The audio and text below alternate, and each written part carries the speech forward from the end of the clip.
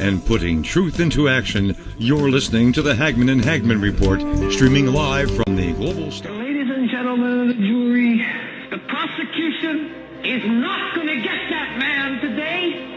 No, because I'm going to get him.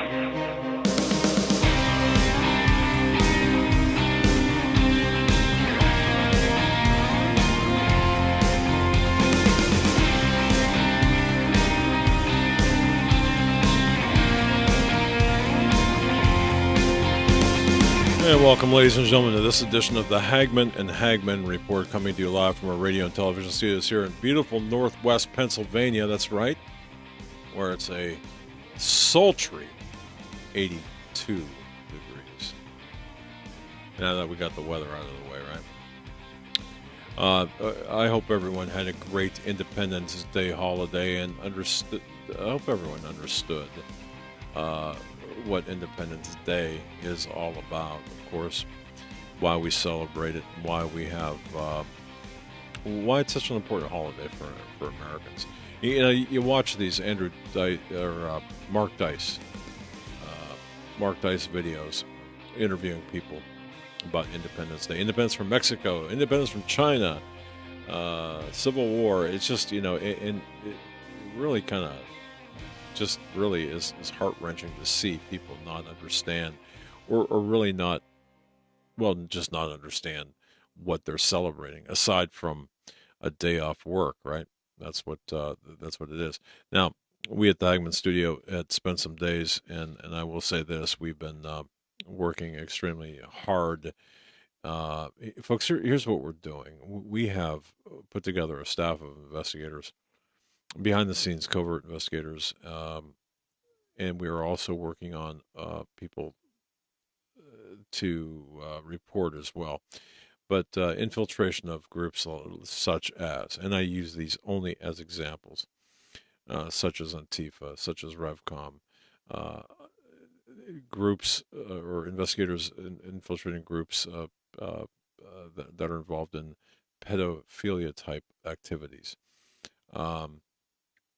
Individuals and groups, and all in Islamic groups. You've got this this unholy alliance between the communist revolutionaries, communists in this country, and this communist ideology, and of course ISIS and this Islamic ideology. And I just want to say this real quick. You cannot, and those people, there are those people out there, evangelicals, conservatives, who are attempting to negotiate, to make nice with the conservative evangelicals and the actual Islamists. This is not going to happen. Okay, they're either apostate Muslims or, well, they would have to be apostate Muslims in order to have any kind of negotiation with them. The refugee resettlement task that we're seeing has nothing to do with assimilation. It's a takeover. It's an invasion. You all know that. So anyway, to go back to my original statement, I'm going to kick it over to Joe. Very simply this. We are working very hard behind the scenes, and we thank each and every one of you for your support of our broadcast. Our primary, and as a matter of fact, 99% of our ability to expand and to conduct operations and report back to you what we're seeing, and also to throw, the old fly in the ointment, the monkey in the wrench, monkey wrench in the works, that is. The only way we are able to do that is through your support. So we thank you for that. And even if you can't support us financially, then prayers, word of mouth. There's a man that I had a conversation with not too long ago. 15,000, a town of 15,000. John Robertson. I'll just use him as an example. The other day, met someone and introduced himself. The situation called for an exchange of names, and the gentleman says, "Are you, do you with the Hagmann Report?" And John says, "Yeah. Are you the John Robertson with Hagmann?" "Oh, yeah, that's who I am." And the guy says, "Oh yeah, I listen to this show with my wife every night." So you know who you are.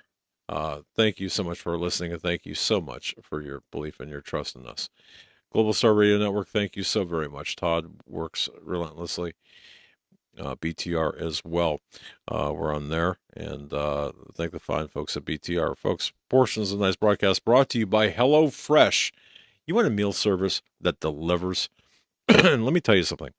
This has saved our butts and made, I'm going to tell you, this has made meals so much easier for us. HelloFresh is the leading meal delivery kit service on the planet. They've got a very special $30 offer. Oh, for the Hagman listeners. Folks, this is a couch to kitchen company. This is a way to make cooking so much more fun. You can focus on the whole experience, not just the final plate. Essentially, they send you the ingredients, you cook the meal, and it takes about 30 minutes. And there you got a fork to feel good plate. It's a wonderful company. It's easy. You can get different size boxes, for example.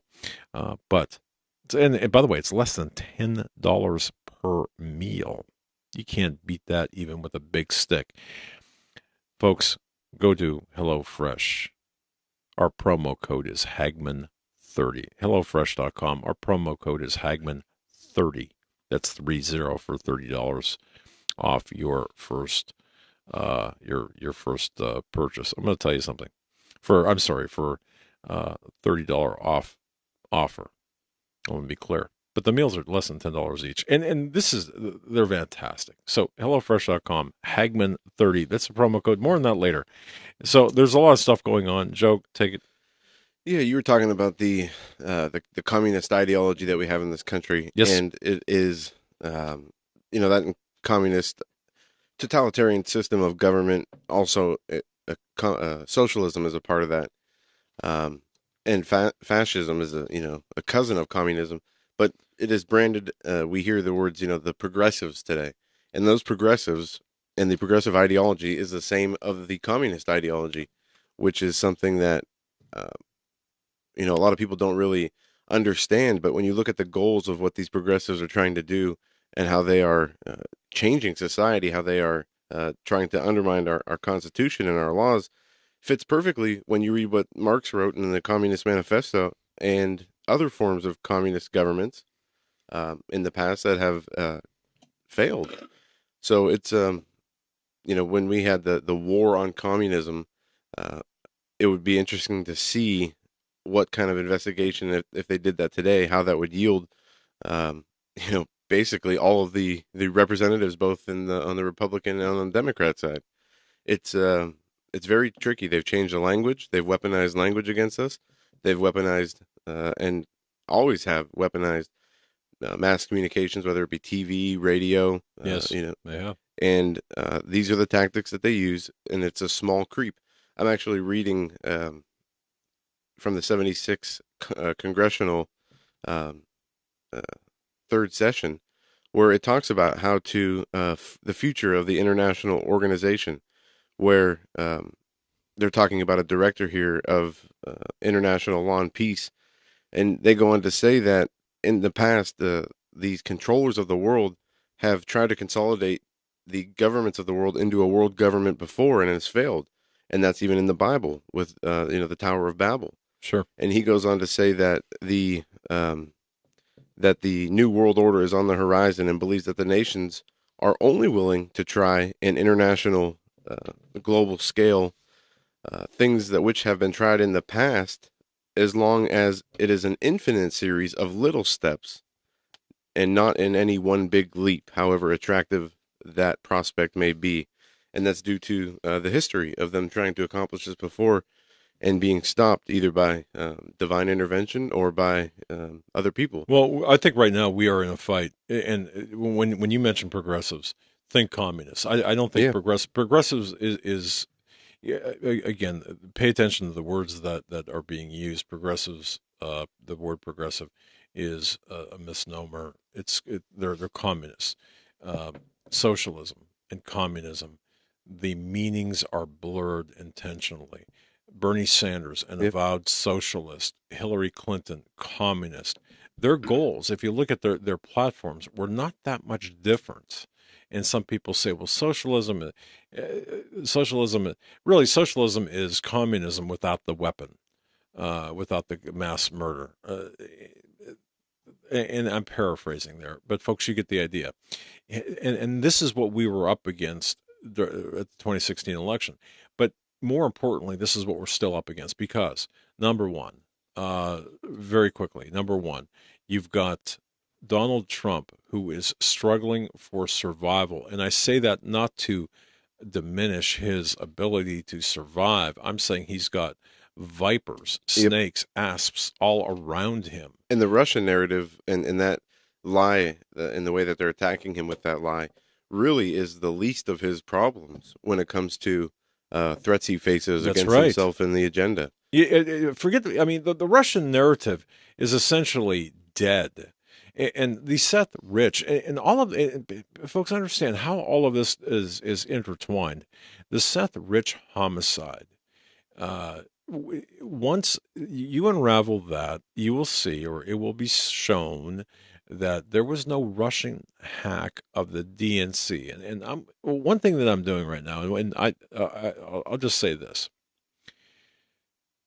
This weekend, I was in contact with a federal agent, and I just got a whole lot of information. And I asked for a secondary source. I had that effective at 8 o'clock this morning, my time. I got that secondary source.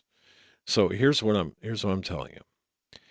The initial source had given me just a slew of information as to the inner workings. As a matter of fact, it is very consistent with what Roger Stone had said on InfoWars yesterday, I think it was. I didn't catch it live. I caught it on archive. It might even been today. I'm not even sure. I saw it a little bit ago.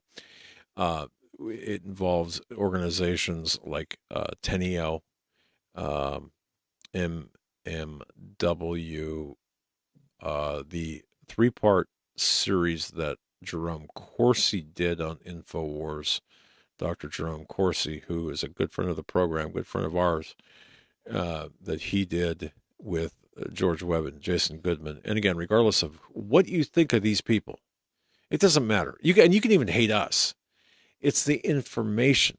Okay, understand the information is key. All of these moving parts, there's a lot of moving parts right now that are acting against Donald Trump.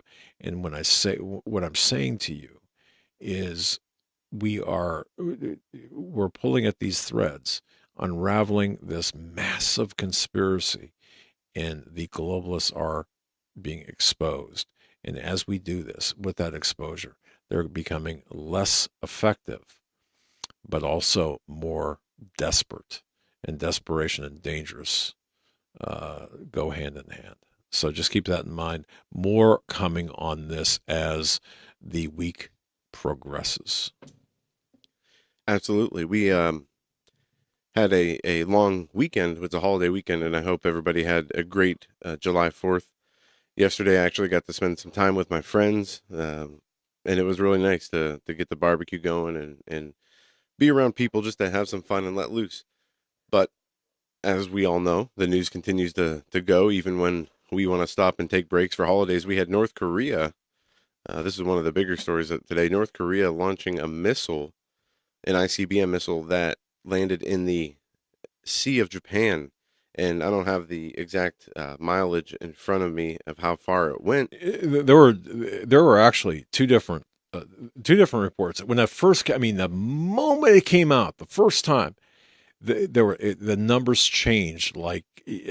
Folks, I'm not sure how many people saw that, but the numbers changed. It was like 600 miles and 40-minute flight time. Yep. It's 600 miles.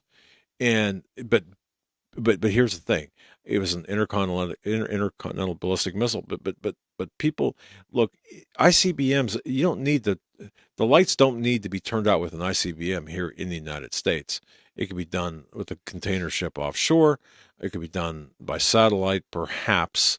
An ICBM certainly just would ruin people's day in Seoul. I'm sure Japan, for absolutely, and perhaps Alaska, but I'm not even sure that would get to that point. But understand this: North Korea, if China doesn't do something about this and Japan doesn't do something about this, you can bet your bottom dollar that McMaster, the neocon that he is turning out to be, will do something. Go ahead, sir. Well, yeah, what's interesting about this missile strike, and as well as the last North Korea strike, is I believe the United States tried to deploy some kind of anti-missile system that was to shoot down missiles that North Korea were testing, and it failed the first time. Now, I haven't, in any of the research I've done today, I have not seen any talk about if that was the case again, if they tried to stop this missile launch, but with the technological advancements we have, or was this something that that took the U.S. by surprise? And the real question is, what is going to be the reaction to this latest blast? I believe Donald Trump tweeted that war is basically imminent, or we will go to war if this continues. And this has a lot of people worried. Japan, as well as South Korea, are upping their danger rating from North Korea. They have evacuation procedures and alerts that are being implemented and stepped up, because they believe that this was not just an isolated thing, that this is something that North Korea, that they're getting ready for some kind of strike. Now, we've had a lot of guests on the show talking about North Korea and China and the influence China has over North Korea. The last thing we want to see is a conflict between the United States and North Korea, because as we know, it would turn into, another proxy war. You have Russia and Iran and China versus the countries of NATO. And it's just, it's mind-boggling to see this continuation of forces pushing us to the brink of war. And I do believe that China has a huge influence over North Korea and the leader of North Korea. Of course they do. And I wonder how much of this... Norks are a proxy of China. And it goes back to the central banks, too. We talked about the 7 countries that did not have a central bank before the year 2000. It was Iran, Syria, Sudan, North Korea, and a few others. Well, Iran and Syria had one implemented, and North Korea are, I think, 2 out of the 3 left without a central bank. And who were the most demonized nations in our media? Iran and North Korea. That's right. North Korea, we have at least some reason as to why that is. But with Iran, the best they can do is say, they're developing nuclear weapons or they're promoting terrorism. Yeah, but exactly. I guess the question is now, what, if any, actions will be taken by the Trump administration? And will this end up escalating into some kind of war, hot conflict? Or will it be, sanctions and different things, which ultimately hurt the civilians of North Korea more than it would the government? But it should be something that we all keep our eyes on, because something like this could turn into World War III real fast with the wrong decisions. Yeah, you're exactly right. We have to keep our eyes on this. There are a lot of things.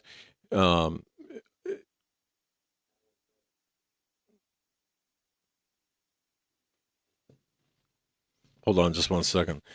Radio silence there.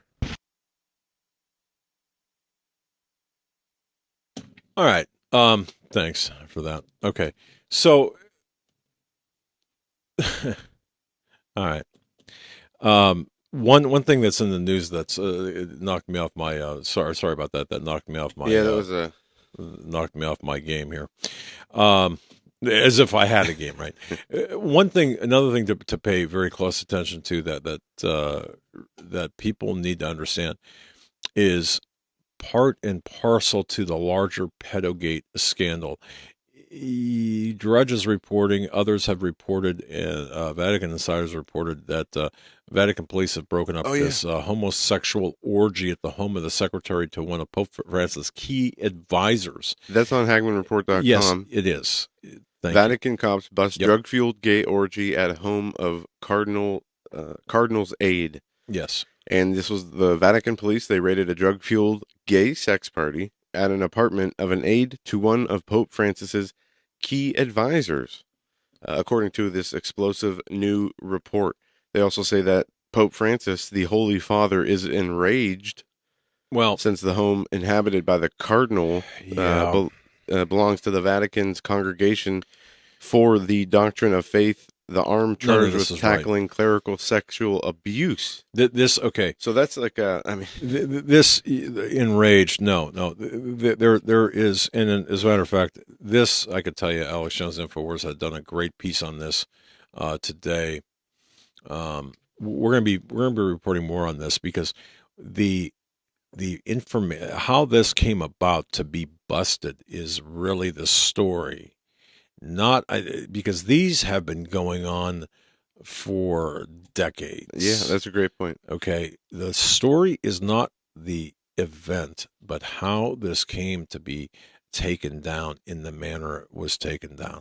And this is now when people say, "Well, I haven't seen anything happen."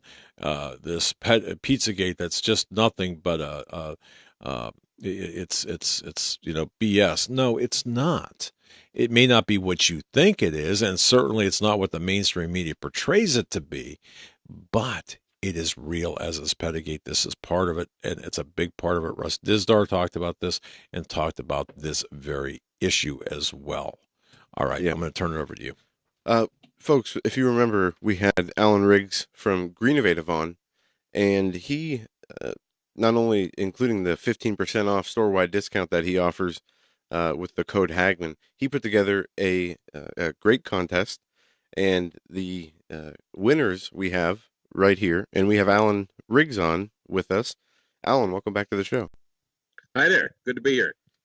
Well, it's great to have you. I know just before the show here, I put together the list of the winners, and I have not sent them to you, so we're all going to learn who the winners are now. And folks, if you hear your name, that I believe only one of these four had their address in there, but I'll send a follow-up email asking for the contact info for these people to get over to you, Mr. Riggs. We'll start. Great. We'll start with the bronze package winner. It's G. Harris, Mrs. G. Harris, and you will receive a Greennovative G-Mag barter pack. Now we have the silver winners. There are two silver winners, and it's K. Bjork and P. Caldis, and K. Bjork. And then the gold winning package for the best essay is D. LaRocca. And you will be receiving a Super G-Mag complete with the barter pack. And this is fantastic, folks. Again, greennovative.com is an excellent source to get power on the go or when you don't have it. It's very convenient, very easy. And from now until Sunday, July 9th, Alan Riggs will be continuing his 15% store-wide discount. And you go to greennovative.com, enter the discount code Hagman, and you get 15% off your entire purchase. And we wanted to do that to just say thanks for everybody who made a submission, and especially those who won.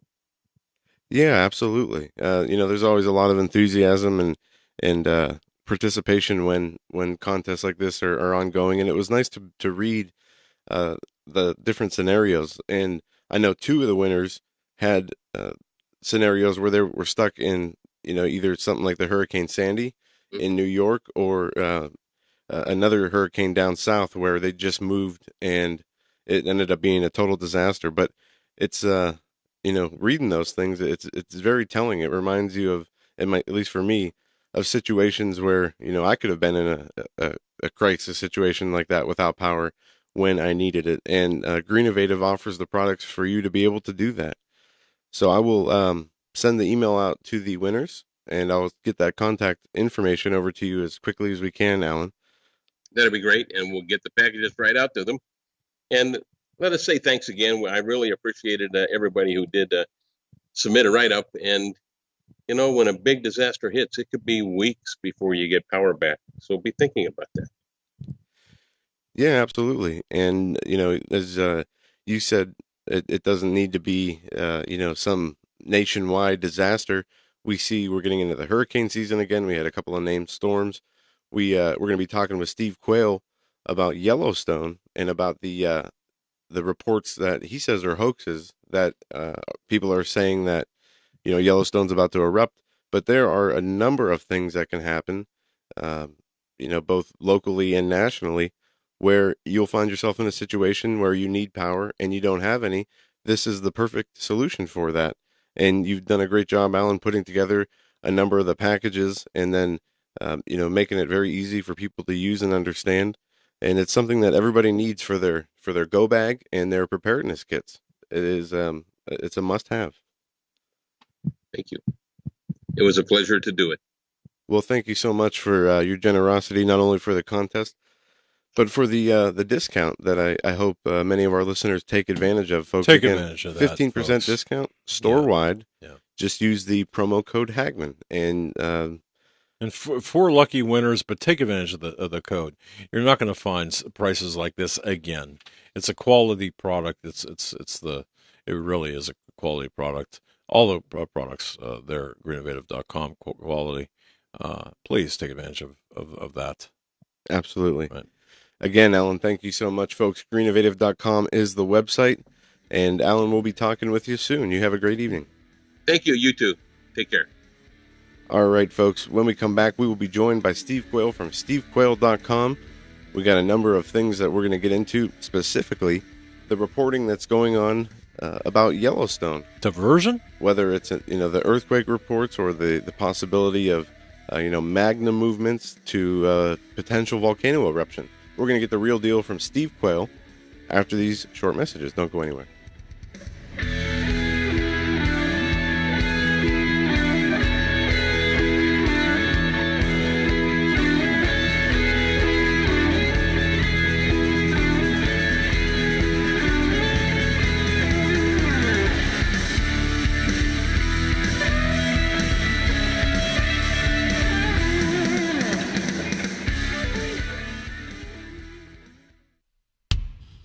Reporting on what the mainstream media won't, you're listening to the Hagman and Hagman Report on the Global Star Radio Network.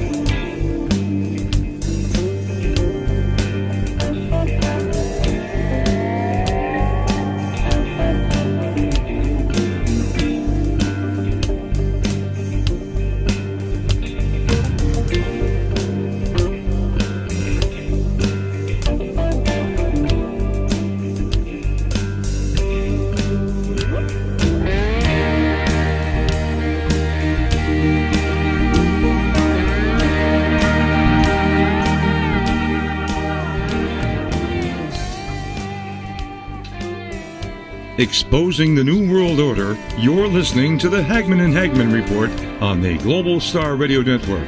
Stand by. Doug and Joe will be back shortly.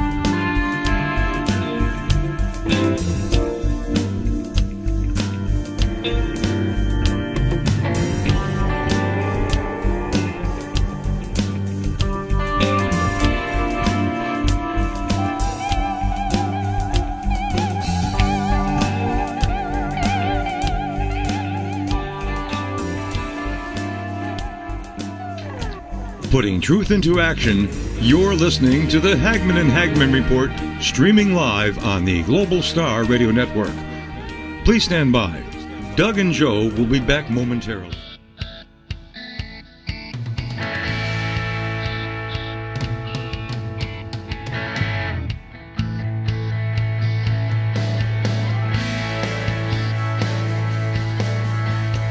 And welcome, folks, to this edition of the Hagman and Hagman Report, July 5th, 2017. Yes, the day after a major federal holiday, American Independence Day. How many people really know what it's about? Just ask Mark Dice. Of course, he asked the people in Santa Monica or thereabouts, and those people say, well, yeah, it's... he did a Man on the Street interview? Yeah, several. See it. It's sad. It's sad, but our audience is the smartest audience in the world. We have with us Steve Quayle, stevequayle.com. Speaking of smart audiences, people need to understand what's taking place with respect to Earth changes. And you've heard this statement. Things are not always as they appear. Well, Steve Quayle is here to tell us exactly that. Things are not always as they appear, whether it's Yellowstone or other issues. You may think you know what's going on. You may look at data points and say, oh, yeah, I know, but you really don't. So take it from someone who does know, and that's Steve Quayle. And Steve, before I turn you loose, I just got to tell you, do you mind if we talk in the morning off air? No, not at all. Okay. All right, brother. I haven't talked to you in a while, so I want to get that in there. So after you have your first cup of tea or whatever, give me a call. All right. Steve Quayle, stevequayle.com. Welcome to the program, sir. Well, thank you, Doug. And first of all, I want to share with people that let's deal with Yellowstone, and then don't let me get off without talking about the stories I'm posting on South America. I'm putting them into clue form on a reason, okay? The reason is you've heard you can lead a horse to water, but you can't make them drink. What I'm trying to do is make people think so they can arrive at the destination where they need to drink in the truth of God's word and put it into perspective of Jesus's words that said, if he didn't shorten the days, there'd be no flesh left alive. The stuff that we're talking about, in Yellowstone Park is earth-shattering, but earth-shaking. But the stuff that went on that we were privy to in South America on the True Legends Conference, and given probably the world's most inside tour by the world's most famous author, archaeologist, adventurer, Anselm P. Bromlett, was unequaled in the history of the world, Doug. So if you get emails and comments, what's Quayle doing? Has he lost it? No, I haven't lost it. I know perfectly well what I'm doing. I love it. I draw everyone's attention to, and believe it or not, it's my attempt to obviously follow in the footsteps of Jesus by not riddling anybody anything, but basically trying to give them a realm of thinking that I believe cognitive dissonance has taken from the majority of your listeners. So, and I encounter it every day. I'm sure you do too. But let's make sure when we come back from the break, whenever we take it, that you get me into that. But I want to deal with Yellowstone Park first, okay? Sure. Because it is a phenomenon that appears every summer about this time as the earthquakes in Yellowstone National Park increase, pretty much starting in May, June. The average amount of quakes in Yellowstone is 1,000 to 3,000 a year. We just had the 4.8, which is one of the largest quakes in the last 34 years. The infamous Alaskan quake that made triggered a 7.3 earthquake, basically creating Quake Lake, in which people on a campsite lost their lives.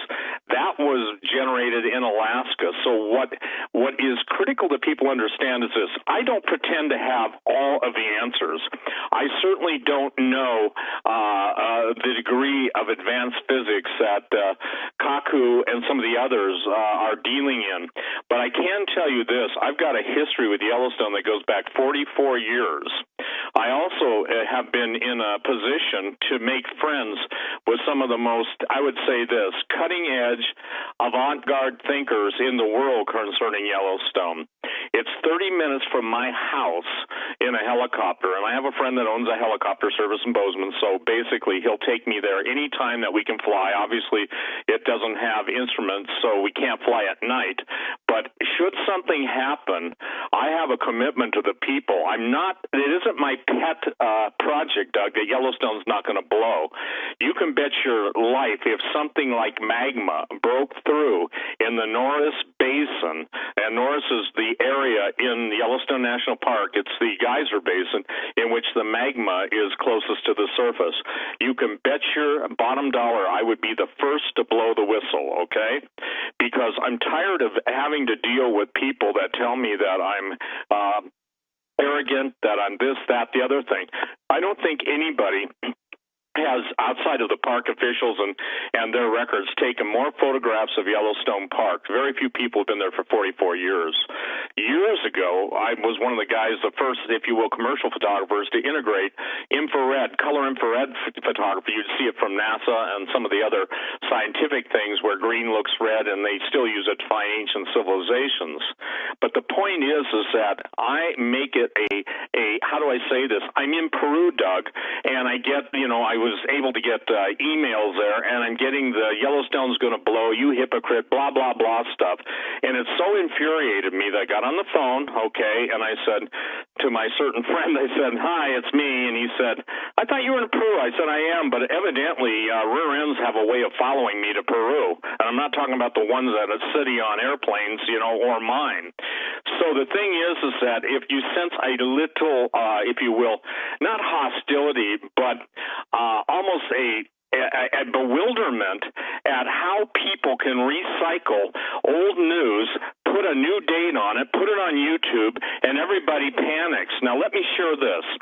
The estimates of the amount of geyser features, fumaroles, vents in Yellowstone is estimated at least half the world, if not 70% of the world's geyser vents and volcanic springs, pools, fumaroles, mud pots. They're in Yellowstone Park, which from my position is less than 50 air miles away from me. The area of Yellowstone, it's, basically 44 square miles. I just spent 2 weeks ago, I'm saying this to put into perspective the lengths I'll go to, Doug, to basically try and show people that this is hype. It has nothing to do, it's an intentional, in my opinion, psyop. It's designed to keep people focused in Yellowstone. Even the BBC years ago, during the days of the Banda Aceh quake, and Stan Deo and I were on, Stan was drawing everyone's attention to the fact that, look, something's happening in Indonesia based on White Island and based on sea surface temperature anomalies. So the guy that called the Banda Aceh earthquake was Stan Deo, but during that time, he did a marvelous job. So during that time, the BBC, British Broadcasting Company, I call them the barf busting, I won't use the C word, but anyway, the idea is that they wanted to basically take away from the immediacy, in my opinion, of Indonesia. Most people were caught off guard, including the big networks, but not Stan. And I don't even remember if that was on your show that we talked about that. When did you start your own radio broadcast? It may have been on mine, but anyway, it was on your radio show. It was on yours. Yep, okay. Thank you. If it weren't for you and Hawk, I wouldn't know what year I said what. And I mean that as a compliment. The idea that Yellowstone is going to blow at any minute is based on, right now, recycled information that's false. For instance, the presence of helium-4, helium-3. Helium-3 is what the Chinese are talking about mining on the moon. There are 9 isotopes of helium, 9.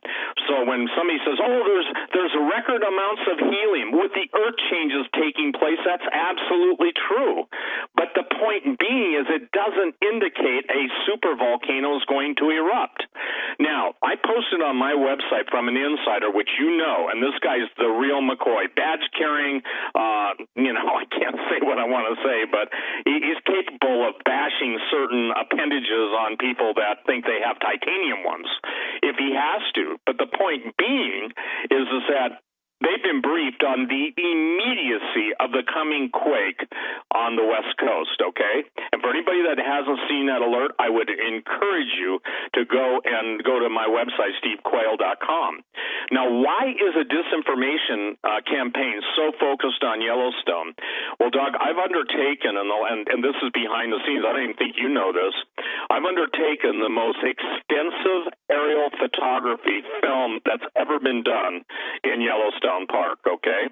And we're talking something that's 44 miles, so when you're back and forth with a shot over camera, those of you who are in the world of cinematography and you're using a red camera with the, $40,000 Canon lens, the whole thing is worth $500,000. This isn't something I'm taking, how do I say this, just for the kicks to go spend money, that I have to borrow from the bank to do what I'm doing. That's Steve, that's what I saw, right? I saw that assembly on the... Yes. Okay. So putting this into perspective, I put my money, and I do put my 44 years of photography on the line, okay? If I went to my photo, just the ones I have on my computer, not talking, the stuff that's in files of Kodachrome 2564 and infrared Ektachrome, I've got, I think, 40,000, 44,000, somewhere around that photos, okay? And it's not all Yellowstone, of course, but the point is, I'd say this, half of it is. And so the idea that I somehow am cocky and I'm responding to some guy who basically, he says, you're not the only one that knows about Yellowstone. I didn't say I was, but I'm the only one that's undertaken the massive project I'm undertaking. My goal, Doug, is to make it available to the world so they'll know everything there is to know about Yellowstone up until the moment an eruption happens. Now, let me say this. Anybody that understands bioengineering and the whole genetic engineering, CRISPR technology knows that if it weren't for a specific thermophile bacteria in Yellowstone's hot pool, the mushroom pool, that you wouldn't have the advances being made so quickly in the world of genetic engineering. Everybody is using that new, polymerase chain reaction, bacterium, and it's famous. It's famous worldwide, and most people don't even know the history. The value of Yellowstone, just in exobiotic, interplanetary research, is in the trillions of dollars. That one single thermophile bacteria has already yielded billions of dollars, and the people that have patented, they've been fighting in court, et cetera, and the National Park Service, rightly so, has a royalty agreement, and it should, because Yellowstone is, in my opinion, the first wonder of the world. Now, I'm biased, okay? So the project I've undertaken is both above surface, in the air, and underwater. Now, I don't need to fund the underwater research because Woods Hole Oceanographic Institution is already doing a multi-year study of the thermal vent that lies in Yellowstone Lake, okay? The thermal temperature, they put probes down in the bottom of the lake, and, this isn't a super deep lake. The deepest point is like 400 feet, and they're testing the temperature. I fly over that multiple times, Yellowstone Lake, in order to see if there's any ice melt whatsoever. The only ice melt you ever have is down around West Thumb and some of the other geyser basins that flow into the lake, but it's, less than probably 100 feet, maybe 200 feet max. But where the vent is and where the, quote, super volcano would erupt from, it's as quiet as a mouse. I personally was in Yellowstone Park a number of years ago when they had 800 microtremors in one day. I came back and said, look, it's not a big deal. I couldn't feel them. And to put this into perspective, it's the most monitored geologic area in the world. I want to say that again. Yellowstone is the most monitored geologic area. So for those that think, Russia, China will send an atom bomb or a nuclear missile or pre-plant nuclear weapons there, you're crazy. The reason you're crazy is because the value of it so surpasses, it's relatively few people, especially in the winter, and so there's no strategic value to it other than this. It is the quintessential spoil of war. So, the idea that, and I've seen this on the internet, that the Russians are getting ready to blow it up, that China's getting ready to blow it up. China is going to blow up their own property. That's like dropping a bomb in Beijing, okay? Because in essence, most people, and Snopes says it's not true, there's massive amounts of information that when Hillary Clinton gave, in essence, the rights to the national parks as collateral rights to the Chinese for buying all our debt. Do you remember that story, Doug? Yeah, I do. Yep. So here's what I'm saying. Because of all the people that I know, and because of the graciousness, I believe, of the living God, there's real issues to focus on. But Yellowstone is so unique that I would say right now I'm about a third of the way through the production of the series that is going to be put out. And for the record, National Geographic's never done it. The History Channel's never done it. They're interested in bison, wolves, elk. They're interested in everything like that, the wildlife, the history. And then those who are interested in Yellowstone's going to blow at any minute, seem to be the Defense Department and the Department of Propaganda. Now, I want to make it clear. I believe that the whole focus on Yellowstone National Park is based on, if you will, watching the magician's emblem while the right hand or left hand that isn't making the, not emblem, but the, what's that deal hypnotists use? The little pendulum, the swinging pendulum. Yep. Yeah. Everybody's eyes are on Yellowstone. The real story is what's happening up and down the West Coast. The real story, what's happening in Indonesia. The real story is what's happening on the Ring of Fire. And so the thing that I'm trying to tell everyone is this. Very soon, by the grace of God, as you know, and trust me, persuading banks that there's a huge interest in Yellowstone is an understatement. But anyway, fortunately, I got some pretty cool bankers and stuff, and obviously, I got to pay them back. So when we're out filming for 2 days and when I say this, it's not we filmed every square inch of the park. That's not true. We've filmed every active geothermal known area. We flew the back areas, and we're using stabilized cameras. So many times we're flying at 100-plus knots, okay? And we're not hovering, and we have to, be at the specific levels that are governed by the park's rules, and obviously. And with these cameras, Doug, they're so stable and so sharp. The sensors are so sophisticated and the lenses are so amazing that you can literally spot, and we did, got some great pictures of goats, mountain sheep, elk, and you're able from multiple thousands of feet to see the hair on their back, And the idea is that this is it's such a sophisticated system that basically the military and their defense intelligence satellites and stuff, they got us beat. But what I'm saying is with that level of sophistication and that coverage, and the guy that was running the camera, I was the DP, the director of photography, but the camera operator is one of the most famous guys in the world wwho just happens to live in Bozeman. Now, how cool is God, okay? Absolutely. He's one of the... Yeah, Yep. and Steve, I don't mean to interrupt you. We've been getting a whole bunch of questions in advance of tonight. Joe, real quick, 800 volcanoes or something, or 800 eruptions. There was a few headlines last week in the news that said in a period of 2 weeks, Yellowstone saw 878 earthquakes. In a period of 2 weeks. Tremors, whatever. Now, the article also says that it's not an indicator of any type of potential eruption, but they say that the average is between 1,000 and 2,000 earthquakes a year. And then to have almost 1,000 in 2 weeks, they said it was pretty high. Yeah, is that indicative of anything, Steve?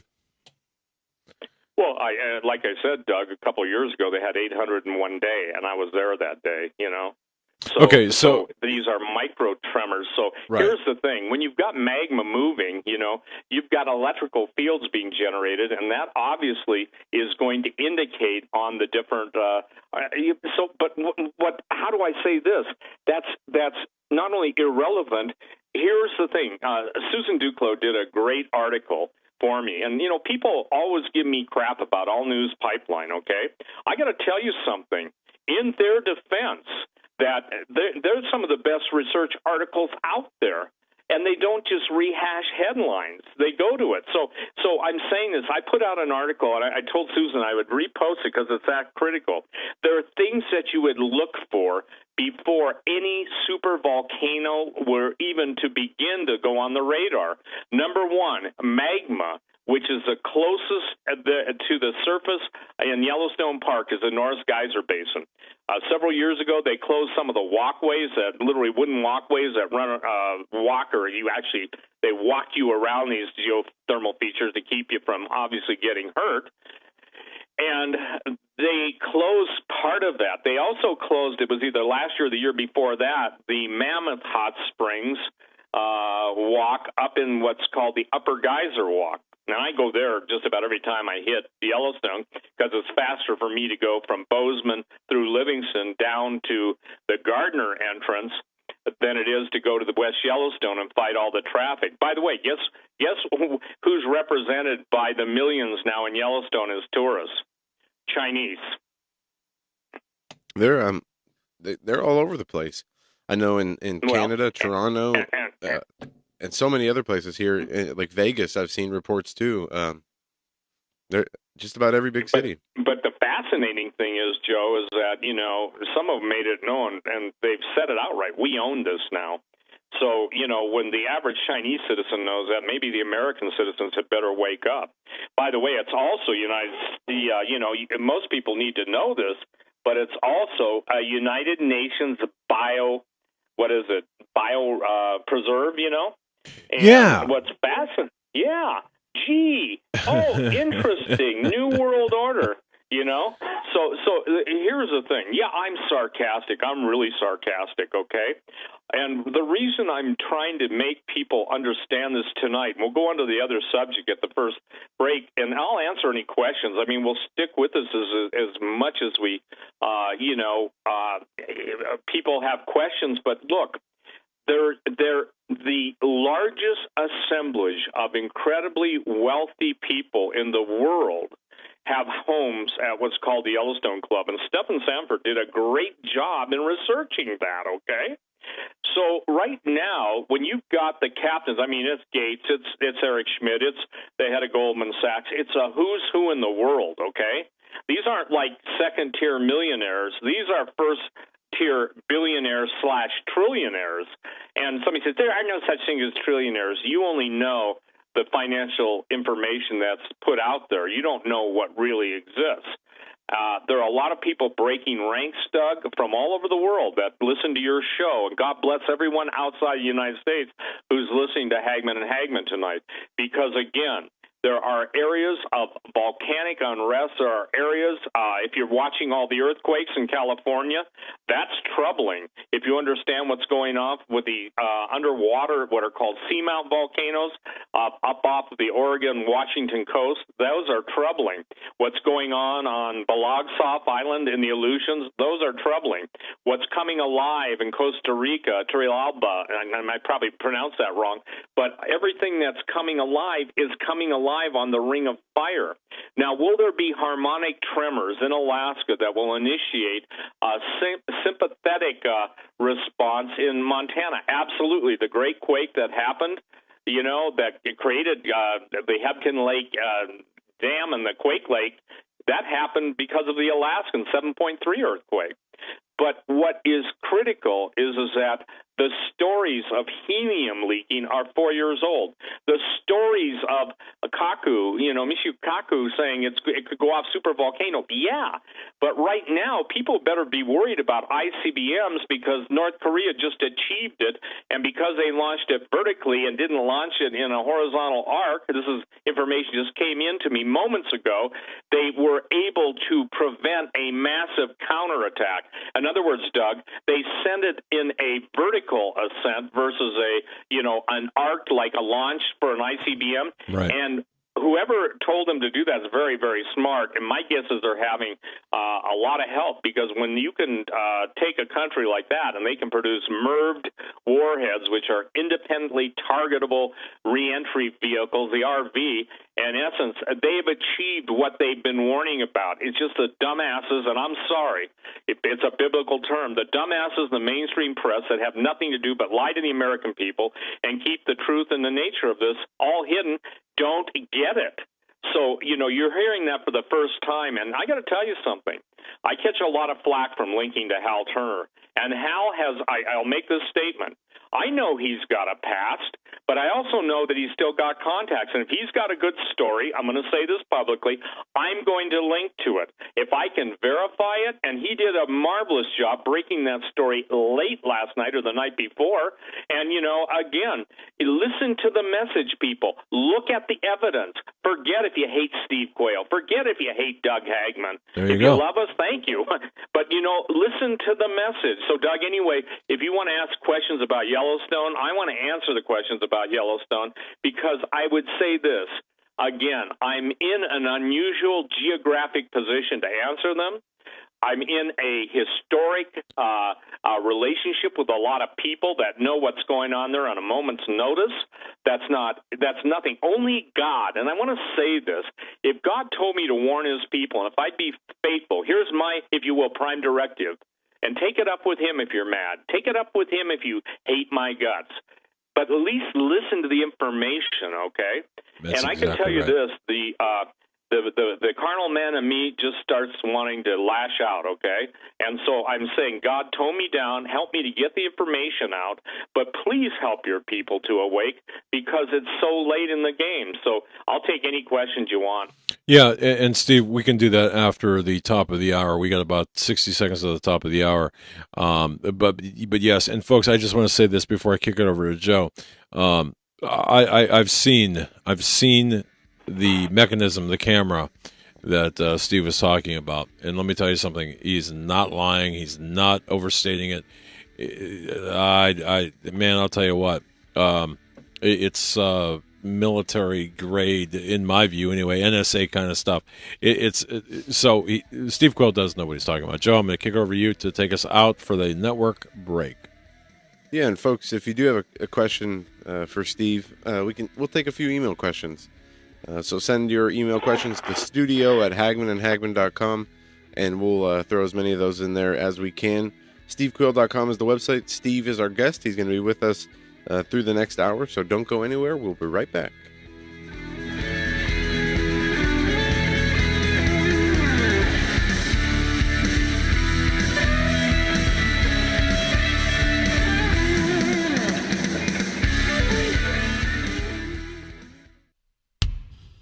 Reporting on what the mainstream media won't, you're listening to the Hagman and Hagman Report on the Global Star Radio Network.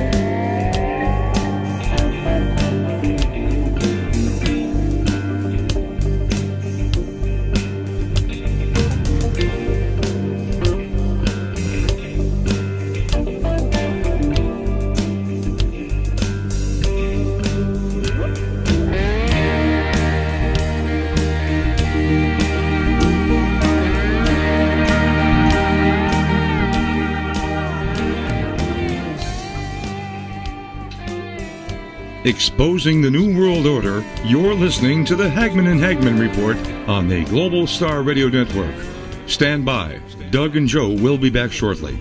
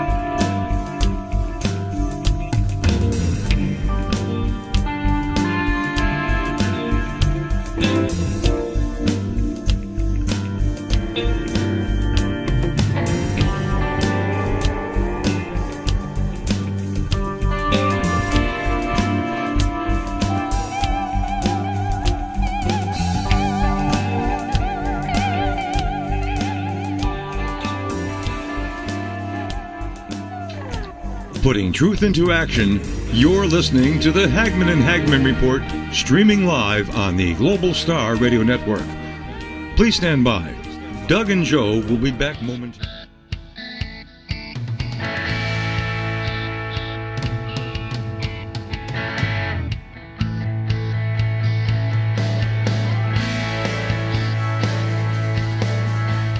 And welcome back, ladies and gentlemen, to this edition of the Hagman and Hagman Report. Steve Quayle from stevequayle.com. He is our guest for the next two segments. As a matter of fact, it's going to be one segment. I'm going to thank Global Star Radio Network for allowing us to drop the bottom of the hour network break, because what Steve's got is important. Continuity of thought is important. So thank you for that. stevequayle.com. That's the website. Also, folks, Gen 6 conferences. If you go to stevequayle.com, click on the link to Gen 6 conferences. Don't forget Branson, Missouri, September 15th through 17th. That's coming up. Steve Quayle, Tom Horn, L.A. Marzulli, Anselm Rambla, Tim Alberino, Michael Lake, Dr. Lake, Derek Gilbert, Pastor David Langford, and Henry Groover will be there. What a lineup. Oh man, first time in history, and it's selling out fast, so make your reservations right away, register right away. So go to Gen 6 conferences there via stevequayle.com. Before we get to Steve, let me tell you something, folks. In this fast-paced world, it's difficult sometimes to shop and to eat well. You're either at the fast food places or you're rushing around trying to shop in a grocery store. I've got a solution for you. HelloFresh, HelloFresh.com. That is the leading meal delivery kit service. I'm going to tell you something. They make cooking so much fun. They focus on the whole experience, not just the final plate. They think of themselves basically as a farm-to-box or a couch-to-kitchen company. Bottom line is this: they do everything but the dishes for you. All right? The way it works is this. HelloFresh currently offers customers a classic box, a veggie box, family box. Customers can order 3, 4, or 5 different meals per week, designed for either 2 or 4 people. New recipes are created every week. They do all the planning. They do the measurements. They do the sourcing of the freshest of the fresh products. In just 6 easy-to-master steps, they get you chopping, zesting, cooking like a natural. Because most of their recipes, it takes about 30 minutes to cook. And I'll tell you something, my wife and I do it together. We love it. And they're constantly experimenting in the kitchen to let fresh, natural ingredients shine. They offer ever-changing menus, classic ingredients in a new light, and easy-to-follow recipes to help you avoid that food coma. You know, that food coma that you feel afterwards. Well, and the varieties are fantastic. Man, the balance of absolutely. The meat and vegetables. It's Yep. a perfect meal. It is, and now they're offering something special for less than $10 a meal, folks. Less than $10 a meal, but even better than that. All right, and we just, in fact, over the holiday weekend, we had HelloFresh, and the meals that we had, were so good. Go to HelloFresh.com and check out their menus. But here's the offer just for listeners of this program. By the way, the convenience unsurpassed. This is, my wife loves it. I love it. We don't even have to get off the couch, essentially, except just to cook the meals and, like I said, do the dishes. And they could do that if they could. But here's the deal. Go to HelloFresh.com, enter the code Hagman30. That's Hagman30 for $30 off your first week of HelloFresh. Visit HelloFresh.com, enter the promo code Hagman30. Folks, help, hey, support our sponsors. Support this program. Go to HelloFresh.com, less than $10 a meal. You know, they deliver food to you in a recyclable, insulated box for free. They employ 2 full-time registered dietitians on staff. They've got it going, man. It's the leading meal kit delivery service on the planet. They got it going. We love them, and it's fabulous. HelloFresh.com for a special Hagman 30. That's $30 off your first week of meals. Steve Quayle from stevequayle.com, and so glad he's with us tonight. Yeah, and we've been talking about Yellowstone and the stories that people are reporting that there is an increased possibility of an eruption of the Yellowstone volcano. And Steve, we already have a number of email questions. So anytime you want me to ask you one or we go through them, just let me know. Okay, well, we'll do it, but I want to explain something that happened, Doug, because it's due to, the reach of the Hagmann and Hagmann report. We've now opened up Branson for our worldwide request to live streaming. Obviously, they got to pay to register, but they can listen to it any time of the day, any time of the night. It will be recorded and streamed in real time. We're about 85% full now, and we only have 3,000 seats.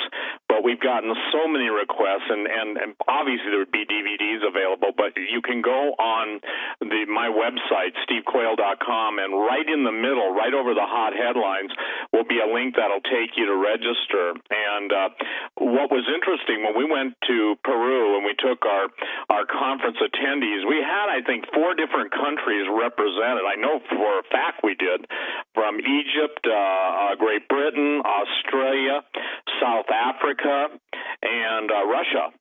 So the thing that was fascinating is that I saw the wisdom of God, because each one of those people, and I won't name names, but I mean, and I would never do that, but each one of those people are taking something back, and these aren't the, quote unquote, these are people that have influence. Some of the names, you can basically go on the internet and, do a search on them, but I won't even say anything about that. But what was interesting to me, the Bible says, in the mouth of 2 or 3 witnesses, let every word be established. And we watched the cover-up in real time in Cusco at the Coricancha, the convent of Santo Domingo, when we were told that the former prior, Father Gamarra, was not there. And we got into some trouble because Anselm wanted to show us the area where they had found the stairway leading down into the Chincana, the underground tunnel system, which is, you're going to hear a lot about. You're going to hear some of the biggest revelations, and I believe this is not an empty statement. You're going to see, and those of you that are going to stream it or get it on video or be there in person, you're going to have some of the biggest revelations in the history of the world that have ever been given. That's not an empty promise. It's not basically, bait and switch. It's going to be so mind-blowing because, listen, I've been at this a long time, Doug. Maybe some people say too long, but I'm telling you point blank, I have my mind blown over and over and over, and I'm grateful that I got to go. But even now, I want to say this one more time, then we'll go to the questions on Yellowstone. Please, if you cannot make Branson in person, please live stream it and get in line to live stream it, meaning you just sign up, and then obviously when it goes live, you get your code and you can go on and watch it, listen to it in real time. It's, the production is going to be A-plus quality. We're in one of the finest venues in the United States for acoustics and everything else, lighting, etc. So the fact that one of the world's most famous explorers from Spain, who spent his life in South America, and you've got all of the authors there and original researchers from obviously, Tom Horn, L.A. Marzulli, Anselm P. Rambla. Tim Alvarino was so on point with his tracking of Anselm. I don't believe there's anybody else and we watched 2 guys try and fail, then Tim stepped in and pretty much saved the day. Those of you who are listening to Anselm and watching the presentation know what I'm talking about. There's nobody else who knew the background better than Tim. Now, if it sounds like I'm bragging, I'm not. I'm giving him to who credit belongs and credit is due. We talked today. We did Sheila Zielinski's show today, earlier on the day. It's pre-recorded. But the point is that this could not have been orchestrated by man. It was physically impossible. We're told that Father Gamarra isn't even in the city, and there he is standing in the courtyard of the Coricancha. We got him on film, and obviously he and Anselm embrace. And for everybody, you understand, Doug, the official position is the Chincana, the tunnel systems, don't exist. You follow me? Yep. There is no such thing. And here you've got it on film. Only God could have arranged that. Meanwhile, the multi-$1,000 suit guys with the earpieces and the intelligence, is doing everything they can to basically get us out of that place. So there is a marvelous history unfolding. And I want to share something. You mark my words, Peru is in the news. Every time we talk about it, we come on Hagman's show, ladies and gentlemen, it was true with Antarctica, the book Empire Beneath the Ice. It was true on Genetic Armageddon, which turned into Xenogenesis. It was true on Genesis 6 Giants. All the years, what God is doing, and I give him the praise for this, he's giving it to you, his people, if you will embrace it and take it to prayer before the world comes along to spin it in their direction. And I can tell you this, please consider live streaming the conference. There will never be another one. I've already asked to be at another one. Guess what my answer was? Nope. Nope. Nope. I've got to be about my Father's business. This one was brought together by the Lord. And when I say that, not that others aren't, I'm not comparing it to anything, but from start to finish, from prehistory, the history of the angelic civilization on the earth that led to all the legends, myths, blah, blah, blah, that was wiped out due to their sin and the fallen angels. Then God recreates, and people, see, they want to fight over stuff, but they can't explain the stuff that's coming forth. That's why Jesus said, be not deceived. So people say, why is this important? Why didn't you just preach salvation? For 25 years, I have preached and will never cease to stop preaching the salvation that comes only through faith in Jesus Christ and the blood of the Lamb. And so, the point that I'm making is the people that are out there worldwide that listen to you, Doug. Mm-hmm. I mean, these are people that organized religion basically has turned off, but they're finding a new relationship with Jesus Christ. They're finding God's Word has the Bible has answers, and they're seeing the counter, how the whole alien deception is unfolding in real time. So, when I hear, thank you for making it easy for me to come back to Jesus from a backslider, of which I am the chiefest, okay, and have been. I'm not now, thank the Lord, and I pray I don't again, but I did. But what I'm saying, when I hear that, I know this. The time of God sending his angels in the highways and byways is here. And when people in the outback in Australia or out in the middle of, the Amazon are hearing our show, and I don't even know how they get it. When you're saying our show, the shows that we do with you or you do alone, that tells me God's doing it. How else can it be accounted for? So now let's take the questions. Yeah, and thank you for mentioning that, because that is the only way, folks. And you're right, Steve. Just on Blog Talk Radio, on the stats page where they do the analytics, there's a map of the world, and it shows you how many countries have listened to this show. And I'd say it's over 90% of the countries. Yeah. There's only a few in Africa that have not heard the show. So it's amazing, the reach, the international reach that we have. And we'll get right into the questions. The first question I'm going to ask you, Steve, you mentioned Peru. Last week I saw a video, and I'm not sure who it was from, but the claim was that they found some kind of mummified alien in Peru. Right, the three-fingered alien. Yeah, that's right. Three fingers. Yep. I'm holding comments and reservations because here's what's going to happen, Doug, and this is something that everybody's got to be aware of. With the true information that's breaking, okay, there's going to be false mockumentaries to try and undercut those of us who are out there doing real research, okay? So that was in the news. So here's the point, Joe. Whether it's real or fake, the idea that the Peruvian, if you will, navel of the world now is predominant. I don't know if you saw it, but they just recreated on the London Daily Mail, I posted on my website, a queen, a 1,700-year-old queen from Peru. They had her mummy. The reason everybody mummified their dead is because their fallen angel progenitors told them that they would be reconstituted. In essence, they'd be brought back from the dead, and the spirits, okay, the spirits that once inhabited them will inhabit them again. So I don't know if that is true. They do have x-rays. I haven't had time because, like I said, I was down there when that news was breaking. Right. But whether it is or not is how do I say this, yet to be determined, but notice where it came from. Notice where they're linking it to. Notice where they're claiming it came from. Peru. Peru, exactly. And you said a word there. Did you use that deliberately? Mockumentaries? Yeah, I did. Okay, all right. I thought that was pretty cool. All right. Thank you. All right. Okay. Thank you, Doug, for appreciating my word. Mockumentary. I like that. Steve, this question is from Elaine, and she says, "How can the government offer Yellowstone Park as collateral? I understand that this is illegal." Oh, a lot of things are. Well, first of all, you've got to understand the United Nations, okay, and the treaty. It's not illegal. Forgive me, Elaine, in all of our minds, it's not only illegal, it's treasonous. But that's the only way the Chinese would buy our debt to have collateral. And I believe that Stephen Sanford, Stephen, you're listening to this, please send me an email, and I'll post it immediately on the story. I know I probably posted earlier, but Elaine, everything, and remember this, Henry Kissinger's favorite statement, the illegal we do immediately, the unconstitutional takes a while, or that's a derivation of it. You can say, how can they do it? How can they do it? How can they do it? They do it. And Doug, that's right. That's the only answer I have for her. And yeah, exactly right. It's because they can. And how can they do it? They just do it. So, all right. Anything else? Okay. We have a question. Nope. Okay. Go ahead, Joe. We have a question from a Connie. Repercussions of supervolcano.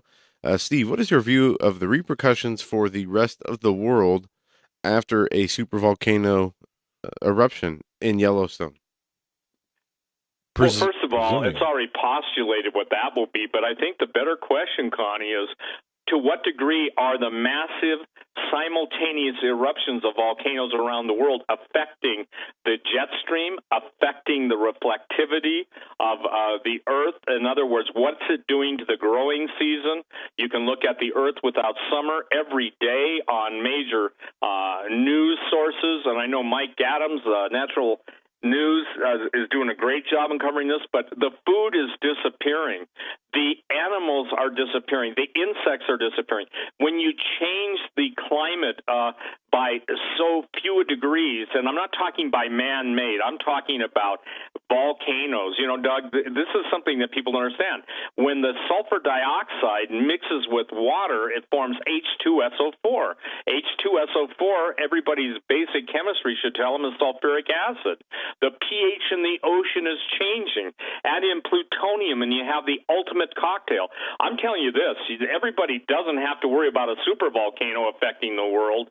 What they need to worry about is the massive volcanoes going off right now, and then asking the question, to what degree does weather modification and all the bouncing around or reverberating signals off the ionosphere, what are they doing to the tectonic plates? What is weather doing, where obviously God created everything in a beautiful balance? Now, what happens when you've got massive rainstorms in some areas that are lubricating the plates? You've got volcanism going off and affecting the specific upper latitudes. So here's the thing. You can look at climate and history, and I'm not a climate denier. Somebody says, do you believe man is behind climate change? I said, absolutely. Weather manipulation, geoengineering, Dane Wigington, Chemtrail Planet, exotic chemtrails. There's some sites out there that document it every single day. And so do I believe it? It's not because cows belch. It's not because politicians fart every time they open their mouth.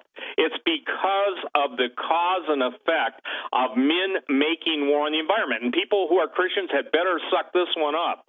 God says he will destroy those who destroy the earth. What kind of a loving God would say that? The one who created it to be beautiful and who is at war with those who seek to destroy it. So that's my answer on that.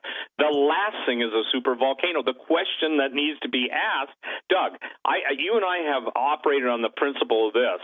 People that we interview, you as an investigator, me as a researcher, it's not what they volunteer, but they will answer a question if you ask it in the right way. Is that not a correct investigative procedure? Absolutely. And sometimes if you ask, yeah, I'll just leave it at that. Absolutely. If you ask it in the proper fashion, yeah. Yeah, that's not a dismissal answer. That's the real answer to a question. You know, it's. Can I say this again? I'm hoping, and tell me, Joe and Doug, am I communicating effectively? Because you're talking about massive volcanoes, some of the biggest volcanoes in the world. Obviously, look to the west, to the Kamchatka Peninsula, and they're having huge eruptions. Look to even the Hawaiian Islands. Look to Indonesia. Look to South America. Look to Latin America. It should come as a real surprise that there's so many volcanoes coming active at once. I remember, and Hawk told me, I talked to Hawk, and I got to call Hawk to find out when I said stuff or get reminded from you, The bottom line is that one of the very first things, now listen, I'm giving God the glory for this. I couldn't have known this. Actually, probably at the time I said it, that probably wasn't, the thing I was worried about at the time. But I did state, and I was on KHNC in Johnstown, Colorado. Maybe Randy Arborough and others who listen to me there heard me say it, but I said, you'll know we're in the very end times, in the beginning of the tribulation, when all the volcanoes of major importance go off at the same time. I think I said all the major volcanoes go off at the same time. Now, I didn't talk about super volcanoes, and for the record, there have been no super volcanoes going off in our history. We had Mount Pinatubo, and we had, Mount St. Helens. We've had some major volcanic eruptions, and for the record, in order for a volcano to erupt, there are long-period episodic quakes, and long period doesn't mean in 2 weeks or 1 week you had 840. You have to have harmonic tremors. A guy by the name of Bernard Chouet, Chouet, for the U.S. Geological Service, basically could give a heads up on Pinatubo, in the Philippines, because he identified harmonic tremors as being precedent to volcanic activity. I'll tell you what's going to blow everybody's mind is when Cascadia, in other words, the Cascade region from Mount St. Helens, obviously Rainier, which is now picking up a lot of tectonic activity, and all the way down to Shasta, start to go active and start to cause people to, let's just say this, maybe consider moving off the West Coast, but unfortunately most won't. Yeah, the cognitive dissonance, of course, it can't happen here. It's not going to happen here. We got all that. We got a Go ahead. question from Javier. Steve, why won't they build thermal power plants in Yellowstone? Because they're worried, and that's a good question. By the way, the U.S. won't. The Chinese have already got plans for it. Without going into detail, how did I get in a lot of trouble? Let's just say this. That is a plan to do for the Chinese, but the reason that it won't be done in Yellowstone under our, at least, cover ownership is because it would interrupt the hydrology and all of the features of the park. In other words, the park's features, especially the thermophile bacteria, are more of an asset than the power, because what is the hottest subject in the world right now? Pun intended. It's not it's not basically volcanoes. It's the thermophile bacteria that exist. And also, they're tying in with Mars. Let me share this. You cannot go to any place on the earth beyond Yellowstone Park. You can go to Iceland and some of the places, other places that have geothermal hot springs. But Yellowstone is like, if you will, a microcosm of the universe. So everybody who believes, and I don't, in evolution is going there to see what type of life could exist.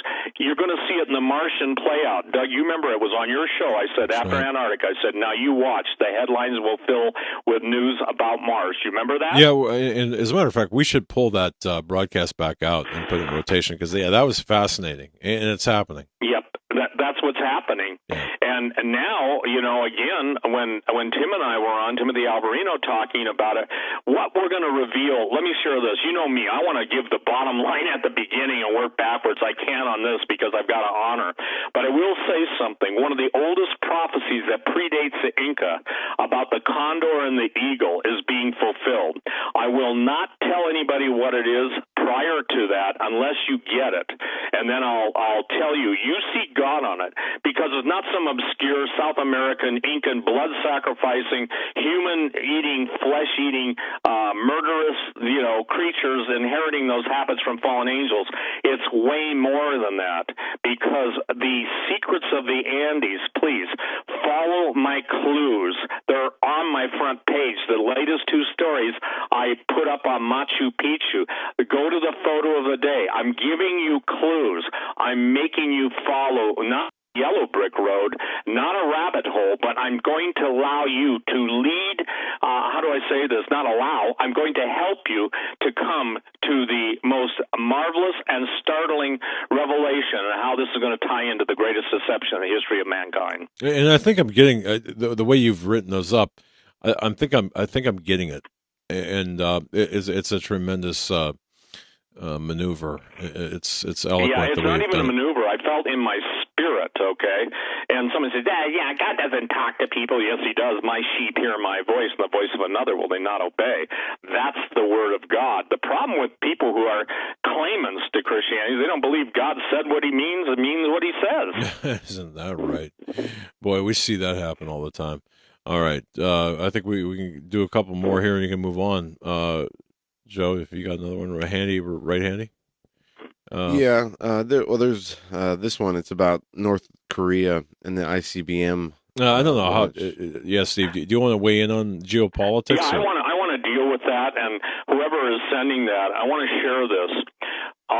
Again, kudos to Hal Turner, but I bounce stuff off that he writes. Before I put up a story of his, I get independent verification. By the way, he's a very bright man. I've talked to him on the phone.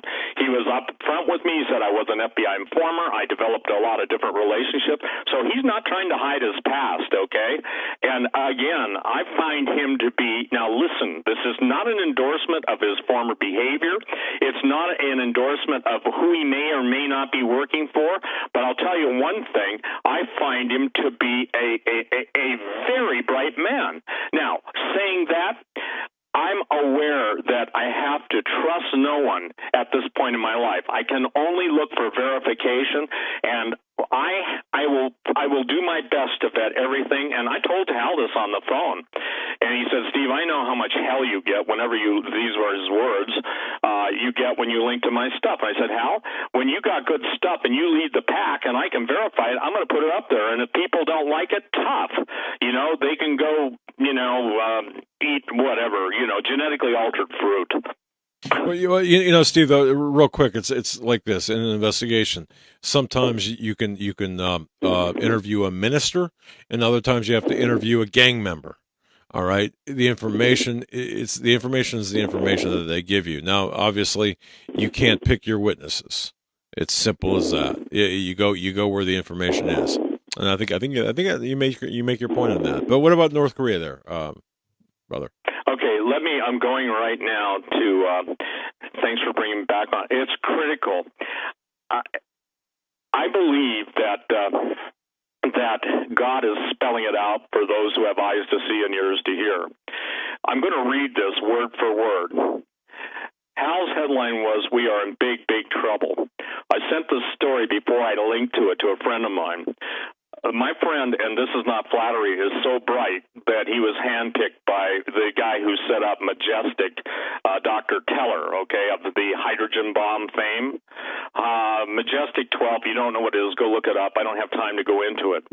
He said this, "I concur, although some ignorant shills are saying it wasn't an ICBM because it came down only 600 miles away. Actually, it did go even higher in space, launched and controlled to be an almost up and down flight so as to not appear a long distance at the time. If it had been an angled flight, it would have been determined as a threat and response would have occurred. If the U.S. or Russia or China does a test, they alert the others to know that as such and they determine landing zone. That avoids a nuclear response due to an unknown threat. The NORKs, N-O-R-K-S, that stands for North Koreans, were smart to not place in a path that would have caused a response. The height it attained did show that the North Koreans now have the capability to launch a MIRV, multiple targeted reentry vehicle, independent reentry vehicle. In other words, if you got so many warheads, they can all go in different directions and hit different targets. He said, now the NORKs are fully recognized as nuclear power with delivery capability. Just more trouble for the world, hurtling towards destruction. And then he signs off, and my brother in Jesus, thank you. He says, Jesus is Lord. He never never loses track of this. And again, what I find, Doug, it's fascinating that this man has had more attempts on his life, and he's alive. We prayed for him over the years. His wife has had more attempts on her life. They poisoned his air conditioning. They break into his house. They deny him VA benefits. They do everything in their power to try and kill him, and yet God keeps him alive. So thank you, people of God, who understand the calling of God to warn the people of God. For surely the Lord God does nothing except will do nothing except he reveals his secrets to his servants, the prophets. Saying that, I am not ever, and nor will I ever claim to be a prophet. I never have. What I'm saying is the testimony of Jesus is the spirit of prophecy. And with the hatred that is exhibited towards the name of Jesus, may God grant all of us boldness to testify of his holy son Jesus, because there is redemption and salvation, no other name. And if that infuriates people and causes them to wet their britches in a hissy fit, or they have to go take a double hit of Prozac or LSD, so be it. Very well said, Steve. You kind of left us speechless there. You're right.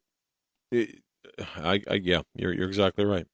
Got a question for you, Steve. It's about North Korea and the missile launch. Can you talk about the ramifications of the most recent missile accomplishment by North Korea? What exactly does it mean, and how close to a real-life threatening situation are we in pertaining to North Korea? In the context of all-out war. I mean, yeah, how close are we to that? Well, first of all, you know this. Secretary of State Tillerson has called for an emergency meeting of the United Nations Security Council. President Trump knows what's at stake. The question is North Korea acting on their own or as a proxy? My answer to that is it's obvious they're a proxy. Someone. It could be Pakistan, China. I don't think it's Russia at this point, simply because I see that Russia's got its hands full with everything that it's basing, its foreign policy on right now, including the U.S., including the people that want World War III. And people should understand one thing. World War III will be initiated at some point by the globalists, by the elitists, by the Illuminati to bring about the rise of Antichrist. So, given that, the idea is simply this. The ramifications are we have to do something. And I'm calling, now look, I know who listens to this show. I'm calling on you 3-letter guys and 4-letter agencies, and I'm not using a swear word when I say that, because there are 4-letter agencies, to use the secret stuff you've got. You don't have to resort to, what I would call primitive nuclear weapons. Doug, I was told by a 4-star general 3 of them. And this is, and I will stand before God to give account for what I'm saying. So I take what I'm saying serious, is that they have stuff now that makes atom bombs look like Little League. And, if I can basically make that statement, and these are guys in spec ops, and they're so ultra black, and I can't even go into that because forgive me, but people don't believe the basic stuff. If they're going to harass, what, because I live in Yellowstone, I photographed it, and tell me I don't know what I'm talking about, they're not going to believe me about that. But here's the deal. I could care less. I can stand before God and say, Lord, nothing you told me to warn them of have I failed to warn them of. And there it is, and thank you, and I think that's the bottom line. That's right, exactly. Mission accomplished in a sense, or mission being accomplished, even better. Yeah, I would say mission in the process. Exactly. Now, Steve, let me ask you a question, because this is on my mind. This weekend, looking at North Korea as Joe was, and other things. What are we looking maybe? The threat potential here, EMP or thermo or EMP or nuclear war. What are you, in your mind, Steve Quayle's mind, based on your analysis? What are you more concerned with, domestically and then globally? I believe that domestically, the EMP threat, shipping containers off the coast, pre-positioned shipping containers, I think that Kim Jong-un is going to basically keep everybody occupied with intercontinental ballistic missiles, etc., and the real threat will come from the orchestrated, if you will, ganging up of pre-positioned assets in this country. And it may be both. I don't even think, Doug, it's either or, but the idea of look at how panicked the world was and these cyber threats and attacks, and Chase Manhattan was down in the last couple days. I mean, it's becoming more and more obvious that the electronic dependency we all have on control systems through the internet or through computers that have already been breached. By the way, there is not a database that has not been breached. None. Nada. None. And that's damn frightening when people understand exactly what that means. The electronic grid, the secure, all of the information, we're screwed. That's what it means. We're screwed. Yeah, and that's the deal, okay? And here's the thing. God's people perish without knowledge. So what I want to share, Doug, too, because, before David comes on, is the fact that we're going to see, okay, the majority of what calls itself Christendom embrace transhumanism. Tom Horn and I have already been pointed out by a theology school of the leaders of the transhumanist movement. Well, good. Move over John Connor, because I hate the Terminator technology that's there, okay? And trust me, I'm not coming naked through any portals that I know of. So if you've seen the Terminator movie, that was my attempt at humor. But the bottom line is that we are at a time where everything is in play, not just a linear play. Don't think that China and Russia are not gauging our response. Remember this, too, that the Korean launch followed us having a naval destroyer, a missile cruiser, in the area of China's, artificial island. So they consider that, whether we consider it or not, they consider that their territory. Yes, and they also consider it an act of aggression by the U.S. Yes. To have that destroyed. And by the way, I just posted on the top of my website, stevequayle.com, I reposted, again, the All News Pipeline. Insider warns of potential devastation ahead for West Coast while mainstream media froths at the mouth over Yellowstone. I love his headline. USGS says of Yellowstone there's nothing to worry about. Well, in this case, that truly isn't. Meanwhile, FEMA prepares for West Coast chaos and martial law. The guy that I'm quoting, actually Stefan quotes it, he said this: Steve, I want to discuss the coming big one, or 9.0 to 10 earthquake that's supposed to happen in California across the West Coast. The government response, of which he's a member of, will be complicated for this, but it would all be run by FEMA. We were told by a recent meeting, which, by the way, happened a couple weeks ago, that an estimated 3 to 10 million people will die during and after the earthquake. Now, am I saying that to scare people? Let me say this. Hell no, heaven yes. Hell no, heaven yes. Hell no, heaven yes. Choose rightly. Hell no, heaven yes. Doug, 4 times. I'm trying to obviously illustrate the point. Done very well. Yeah. All right. We have another question. Joe's got this with respect to... Yeah, the question... I love that, by the way. The question's from Melanie, and she says, Mr. Quayle, first, thank you for your continued efforts to try to get individuals to understand the serious times ahead. Then she says, do you think the Yellowstone is a diversion, as this happens all the time, to divert us from knowing or finding out other things that they have been doing while keeping us distracted? And I have Peter over here asking if the same thing, North Korea, is a diversion from the Middle East, as Yellowstone might be. Go ahead. Yellowstone, total diversion, North Korea not, okay? And the reason being is that North Korea is obviously making its statement, and I think that if people understand what I mean by proxy, When you've got Pakistan and Dr. Khan, Khan, look it up, the nuclear weapons proliferation. By the way, Doug, I found my old manuscript, and maybe I should bring it out again because I guess people don't understand nuclear weapons, but it was called Lucifer's Luggage, Suitcase Nukes in America. And I never brought it to publication. It was written, 15 years ago? Yeah, it was. So maybe a long time ago.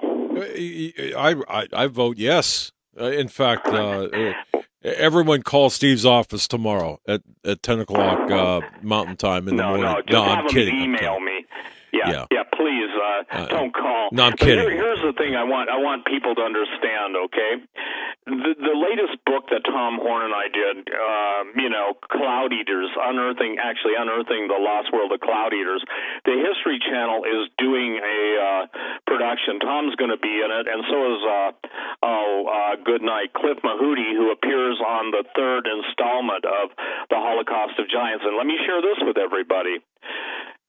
If God asks you or, you want to get involved with us in a big way, I'm not asking for donations, but it's somebody who wants to step up to the pump and get involved with history. Our fourth installment of the whole True Legends series is already in not only pre-production, but advanced scouts halfway around the world, and that's all I'm going to say.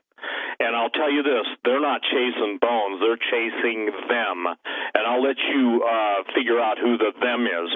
They're not, lying in graves or covered up bones in the Smithsonian. The bottom line is, so please pray, and I'm serious, Doug, this is I would ask every intercessor and prayer warrior out there to pray for the True Legends Advance Team, because these guys are really, really in Hell's Kitchen, and I don't mean a TV show, and I don't mean a geographical location in New York. They are truly in there. They're men of faith. They're men who have basically God has kept alive through some of the most adverse conditions. One of the guy, basically, he told me he's eating a typical meal this sounds like Tim Alvarino. They're eating grubs, they're eating eel, and they're eating something that's similar to a rat. Oh, man. Yum, huh? Yeah. And these guys listen, when I got guys here, can I tell you what really infuriates me? These men are raised up by God. These men came to me and said, God put it on our heart. Tim and I were talking and praying and saying, Lord, where do you want us to go next? And we had an idea where we wanted to go. And I get contacted from these guys, and quite candidly, it was one of those answers to God. He's saying, look to me. And so, I'm really asking the intercessor to keep these guys covered, I got off the phone with a guy today, and he and I did not get along at all, who, basically told me that, I won't even go there. I don't even want to go there, okay? But just say this. If a rocket goes to terminal velocity in however many minutes, I hit it in 60 seconds, okay? Because of the arrogance, because, basically throwing a lot of money, but I didn't understand international banking, which I don't. I understand one thing, my calling, that God is my source, He's a supplier, and this is stuff that people are being won to Jesus all over. So, in essence, that's what I'm asking you to pray for, that God will absolutely protect our advanced team. And when you find out where they've been, and when you basically, the people at Branson are going to get a sneak peek at it, I'm telling you, there won't be a draw that won't chop, or a jaw that won't drop. Yep. I've never seen a chop that won't draw, or whatever it would be. But anyway, the thing is that seriously, and the deal is here's a great statement for everyone to put into their thinking cap. If you've got new relationships and they start out and the Lord's in it, it will flow. If immediately you have problems, it doesn't matter if it's a marriage, a spouse, someone you're dating, someone you've lived with, whatever, it's someone you're going to go into business with, the minute you have trouble, you can just say, and the Lord is not in this relationship. Early understandings lead to long-term relationships. That's how David and Langford became such good friends.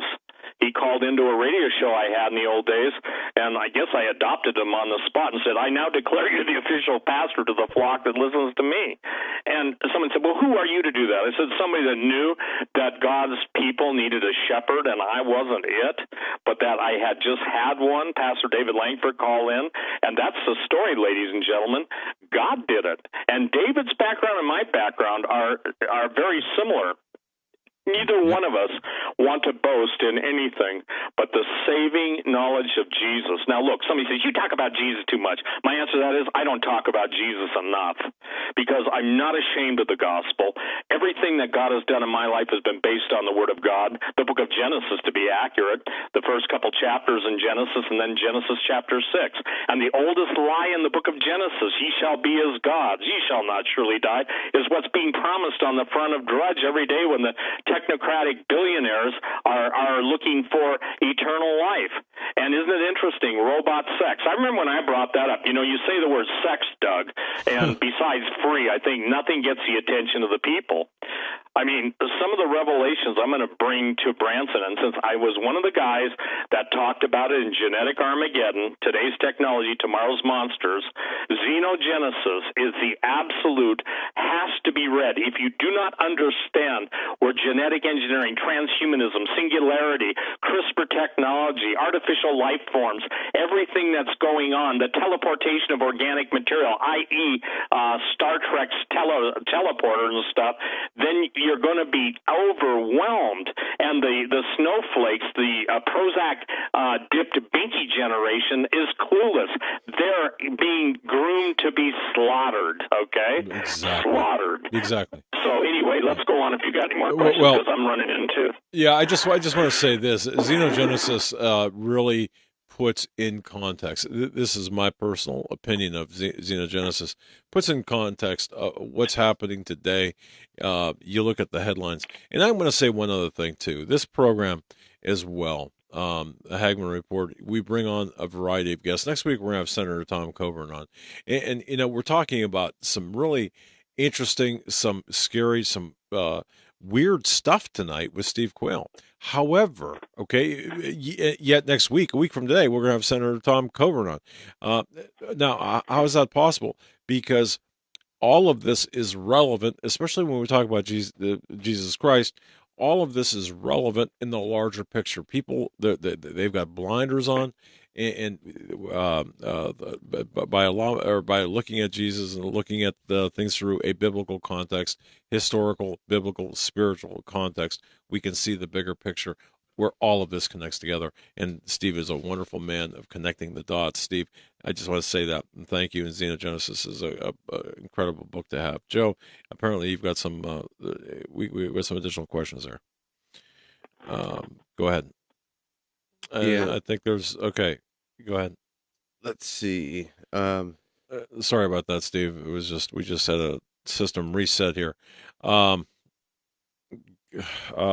while we're waiting for this to boot back up. Well, here, let me say this, Doug, again. The reason I think that, and I know that I know, even if there's a limited attack or whatever, I know that Branson's going to happen, because one of the things that, and I think this is something that's not been said, that needs to be said, both Henry Groover and David Langford have walked the walk that very few men walk. I flatter no man, but I can tell you this, I know of no men who have walked the walks they've walked. Doesn't mean there aren't others, I just don't know them. And David and Henry are going to be ministering, and we're going to have people there that are going to get breakthroughs, not because you laid your money on the TV, and I want you to know, you give me $7,000, God will give you 7,000 blessings, and oh, by the way, throw in your house too. No, it's because there is a time of impartation of the boldness and the empowering of God's Spirit to allow His people to stand in the evil in the evil day, having done everything to stand in Him. Be strong in the Lord and the power of His might. None of us, can I tell you something?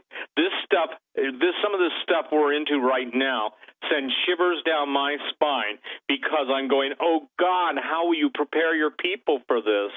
And He said, not by might, nor by power, but by my Spirit.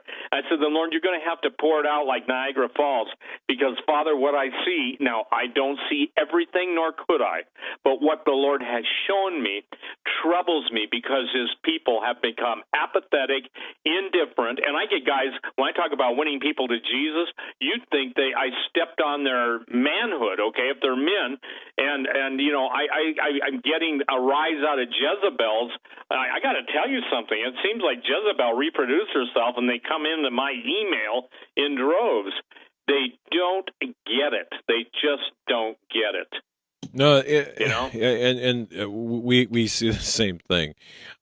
Boy, we are on the same page, my brother. We're probably on the same email list coming out of Cheyenne Mountain. Probably, and I think a lot of these situations are AI bots. By the way, very interesting how in the chat rooms and in the social networking, how the AI bots or these spam bots, whatever the bots, how they work together, and it's interesting to watch. I have a question about chimeras. Reports of late, the drug runoff into the water systems, creating these. Right, it's created pharmaceuticals. Right. Hawk just sent me an email the other day saying, Steve, you remember when you talked about this? I absolutely do. Because of birth control pills, one of the secondary, I'd say, negative impacts of that most people didn't understand was the estrogenation of males drinking water, okay? That's why you've got so many people that are men in their 20s being bald, sperm counts down. Somebody said, well, America's got the most illiterate sperm in the world. Well, not only that, but we don't have enough to get the job done. Infertility, population control has always been the offshoot of these things. Remember, ladies and gentlemen, these are supernatural entities. Abortion didn't come through mankind. It came to mankind through fallen angels. And you know, people say, I don't believe that. That's your problem. You don't believe. That's your problem. You don't receive. So the chimeras that are out there, here's the point, that when you've got ionizing radiation, i.e. Fukushima and leaky reactors all over the place, meaning with extreme electromagnetic pulses reverberating off the ionosphere, meaning with the chemical compositions that are in the water, the excreted pharmaceuticals, everything from Prozac to estrogen, you name it, it's in the water system. By the way, you don't filter for that stuff. There's very few. And I'm going to go on record. I remember saying this, Doug, and maybe this is a night of reflection for me, but I remember saying, the day will come when you will drink water that you only used to walk through after a rainstorm. Saying that, ladies and gentlemen, you've got to get, you cannot drink water now unless you basically have your well tested in rural areas, and some of that's more polluted and poisoned than city water, but you cannot drink water that is not filtered. The question is, does bottled water filter that stuff? Guess what? If it's in plastic, no, because it's obviously a xenoestrogen. Look up, plasticizers and what they're doing. So everything is designed, and it's only by the grace of God. It's only by the marvelous creation of God's spectacular design that any of us are alive. But Jesus said if the days weren't shortened, there'd be no flesh left of life. So everybody, you've got to look.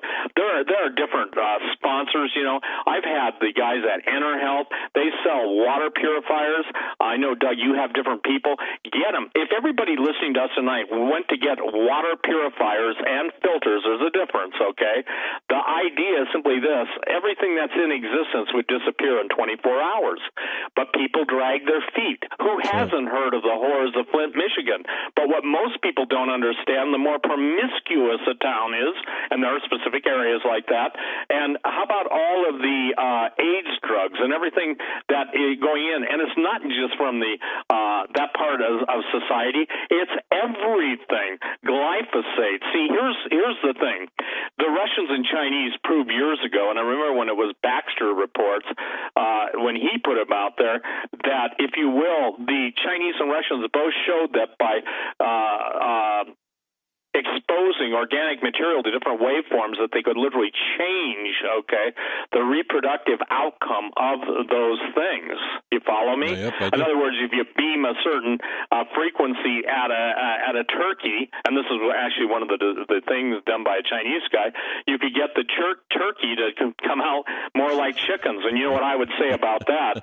God knows we deal with enough turkeys, and there certainly are more chickens than turkeys. Amen, my brother. I knew exactly where you're going with that. My brother, we have done it. You've taken us right up against. We're just shy of the top of the hour, but you've done it. You got any closing comments that you want to really? Well, really, I want everyone to go to my website, stevequayle.com, and for those of you that are interested in earth changes, go to my alerts. It's called Q Alerts, and read what the federal agent law enforcement guy wrote in those 2 links I posted concerning what they're being trained for. By the way, Yellowstone doesn't appear on their radar. They're talking about 3 to 10 million people dying. And then, please, those of you, I'm telling you, Branson will be a watershed event worldwide. So for those of you that can't come to the United States, that I'd advise against it, why come and spend all that money when you can basically stay in any country of the world and live stream if you've got internet access? So it's stevequayle.com, and the point, Doug, is simply this.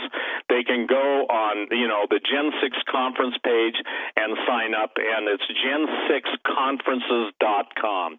gen6conferences.com. And I can tell you that I doubt, and I want to make this clear, what I see happening 1 year from September, I don't see that there will be another Gen 6 conference, because all of our efforts are going to be to turn out 2 simultaneous DVDs, and it's horrifically expensive. And again, if anybody would like to help in a big way and can, if it weren't for 2 people listening to Hagmann and Hagmann, God bless you, Cam and Jan, we wouldn't have a True Legends 2. So you know what I'm saying? And they said God told them. And so, again, 2 people that listen to this show, followed by, praise God, Gary Haven, there are people that have stepped in to help us. And Doug, to put a film team around the world, let me just put this into perspective, that travel halfway around the world and enter the area, 5,000 apiece. So when you're sending 5 guys for 21 days and your film crew, you're burning through 150,000 in a 3-week film period. And it's a necessity, because if those of you who have seen the Holocaust of Giants know, we don't do anything halfway. That's right, you don't. It's fantastic, well worth it. Steve, thank you so much. You've done it. You've taken us right to the end, my brother. God bless you. Hey, we're going to talk tomorrow, okay? All right. Thank you. Yep, and bless David Langford. Everyone listen to him, because he'll be ministering at the Branson True Legends Conference. That's right. Can't wait for that. All right. And he's coming up next, folks. We'll be right back with Pastor David Langford from the Voice of Evangelism. And it's been a few weeks since he's joined us, so we're going to have him back. Going to be a powerful hour. Don't go anywhere.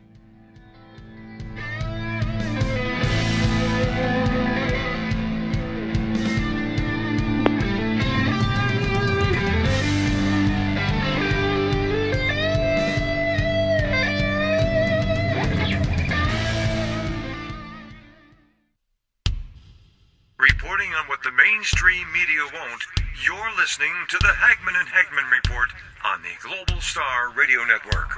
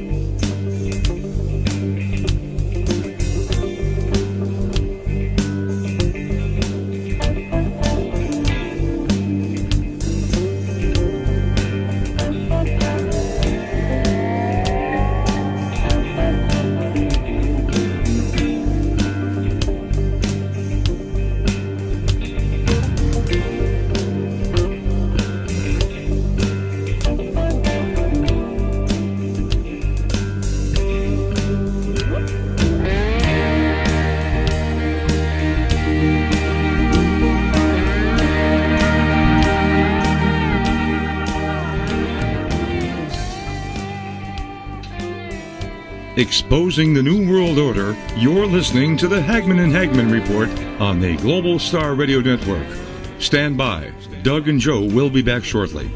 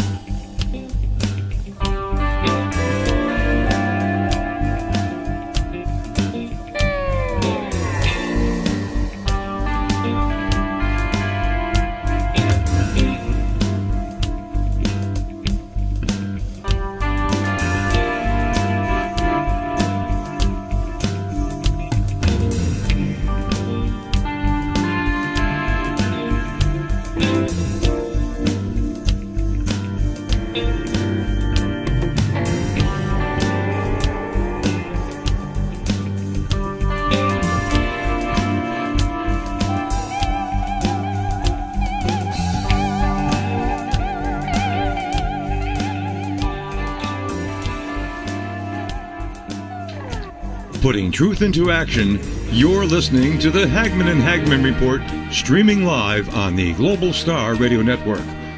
Please stand by. Doug and Joe will be back momentarily.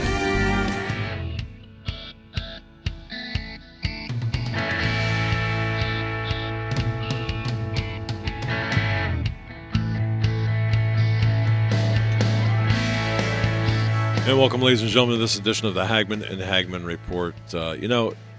Do you know that feeling you get when you haven't seen someone or talked to someone for a while, and then bang, they're on the jumbotron?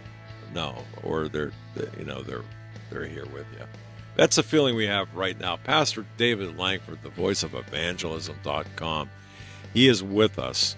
He is with us, and it's been a while. He did some.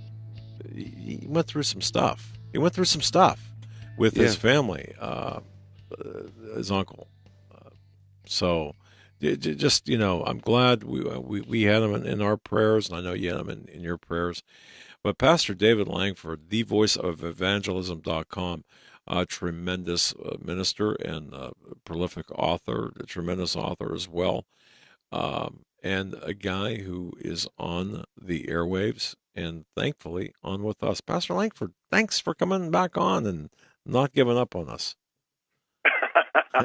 Oh, we never give up on you guys. It's a wonderful and a great joy to be with you, and I do want to thank everyone for their prayers.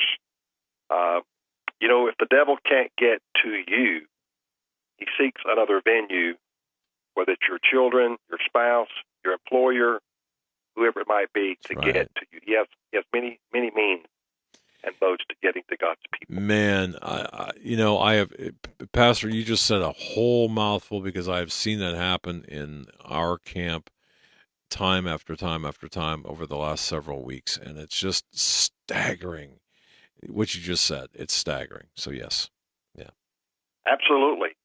We feel like for the last 6 weeks to 2 months we've been under the vehement assault of the enemy. But hey, as I said, we don't give up, we don't quit, and if he can't get to us as individuals, you or me, he looks for another venue where he can attack us indirectly, as he so did Job. And that was his first attack, was to come to God and attack Job. And then when God said, okay, then he went and he killed all of his sons, his daughters, his she-asses, his oxen, his camels, his servants. Fire fell out of heaven. And all of these bad things happened to him. That still didn't work. So then he went personally the second time after Job and smote him with boils from the crown of his head to the soles of his feet. That's a very arduous place to be in, needless to say. And Job 2:6, and the Lord said unto Satan, behold, he is in thine hand, but save his life. That's powerful, that God will allow a human man, a human being, to be placed in the hands of the devil. And you know why God allowed that? Because he knew he could trust Job. And Pastor, he knew he could trust Job. The book of Job is one of my favorite stories in the Bible for a number of reasons. But the one thing that I think every Christian should, go back and read it again, because just like Jesus was an example of how we are to live our life on earth, Job is also an example. And we need to understand that as believers in Christ, just as scriptures say, that all who believe in Christ Jesus shall suffer persecution, and that we need to take up our cross and follow in the footsteps of the Lord. Well, just as you were talking about, Satan is the ruler of this world under God's authority, and he has the ability to try to get to us, to ruin our faith. And as you just pointed out, not just directly to us, but to, the circumstances and people around us. And Job's a perfect example of that, because he went through it personally, and also with his family, and losing everything he had. But as he kept his faith, the Lord rewarded him. And I don't think there could be a better example of what it is like to be a Christian than Job. That's so true. He endured it all. He suffered it all. And even his own flesh, through his wife, no more twain but one flesh, being married, she said, "Why don't you curse God and die?" And so, he went through the crucible, and he came out. And that's kind of what I wanted to talk about tonight. There's a lot of people I know in my spirit listening that really feel discouraged, and they feel beat up. As I said, if the devil can't get to you personally, he seeks a venue, an avenue to get to you that he knows will affect you and can affect you greatly, whether it's a spouse, whether it's a child, whether it is a sibling. I witness all of these things all the time in ministry, and I've never failed to be amazed at how the enemy will seek to work through a family member and create distortion, confusion, chaos, just all sorts of havoc. He seeks to use to mentally browbeat God's people. I want to take a few minutes tonight, if it's all right, to look at 1 Peter chapter 1, beginning at verse 6, "Wherein greatly rejoice, though now for a season, if need be, ye are in heaviness through manifold temptation." Of course, the word manifold, it means multiple types of temptations. Now, the word temptations here in the Greek can also mean a trial, a time of pain, a time of suffering, a time of affliction. God also can allow someone to be tested. We know that he tested Abraham and his faith when he asked Abraham to offer up his only son, who was Isaac. But the meaning depends on who's doing the tempting. If it is God, it's for the purpose of proving someone and never for the purpose of causing that person to fall. If it is the devil who tempts, then his purpose is to cause us to fall and to destroy us.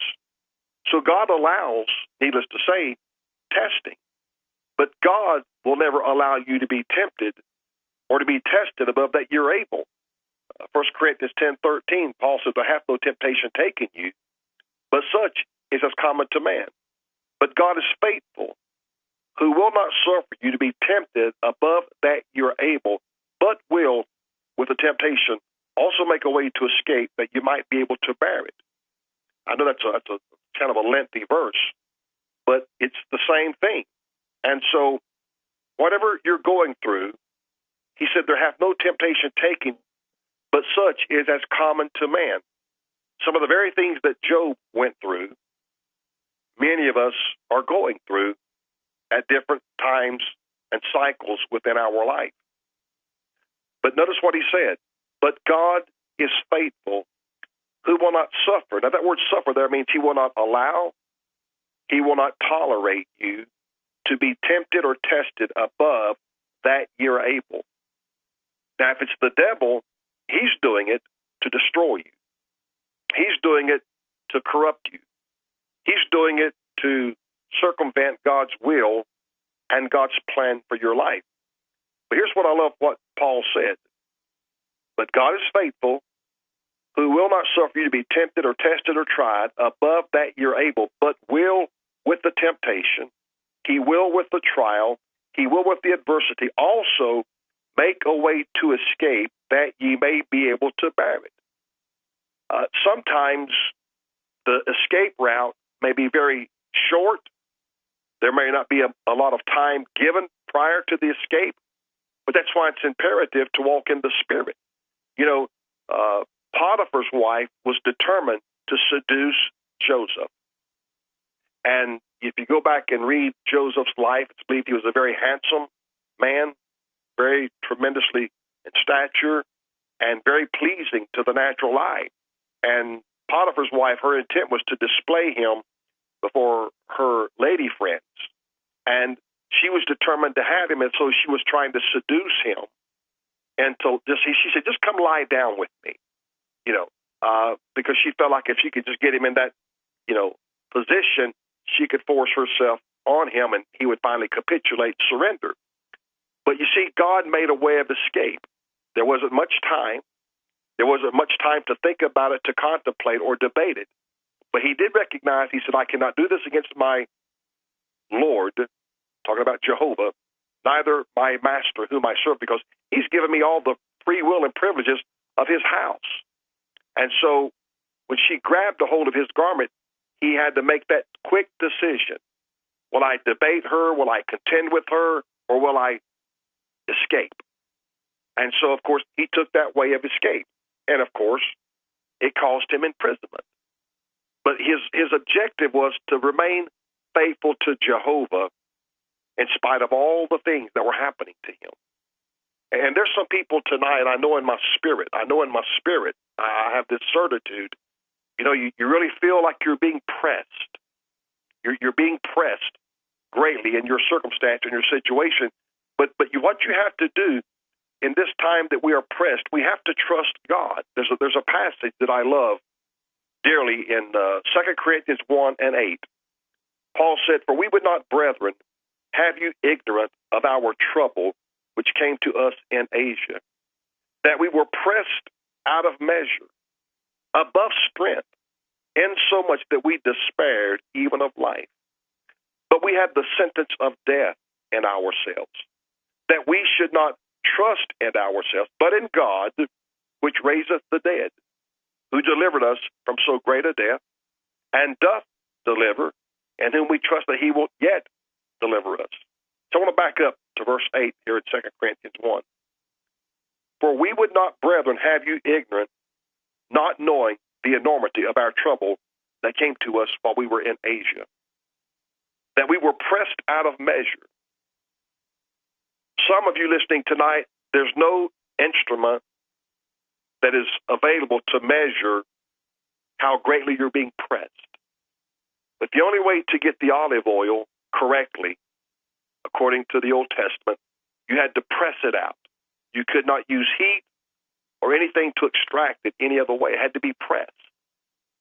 And to get the fragrance out of the petals, whether they be rose petals or what, they have to be pressed. They have to be crushed to get the fragrance out of them. Paul said we were pressed out of measure, above strength. God has allowed you to come to a place where in your natural strength, you don't have enough. Your natural strength will not help you get out of this. You're going to have to lean upon the Lord. David in Psalm 16, verse 8, he said, "I have set the Lord always before me. He's on my right hand. I shall not be moved." If I put God on my right hand, and if I stand that close proximity to God, that means the devil's got to get through God before he can move me. That's what the psalmist was saying. Going back to 2 Corinthians 1, "Above strength, insomuch that we despaired even of life." Life in itself was disparaging. Life was not worth living. Life had become so arduous, so difficult, so cumbersome. It was unbelievable, Paul said. And he didn't want the brethren to be ignorant, not knowing, not understanding the gravity of the persecution, the adversity, and the trouble they were going through. And he went on and he magnified this trouble. And he said, "But we had the sentence," or the verdict.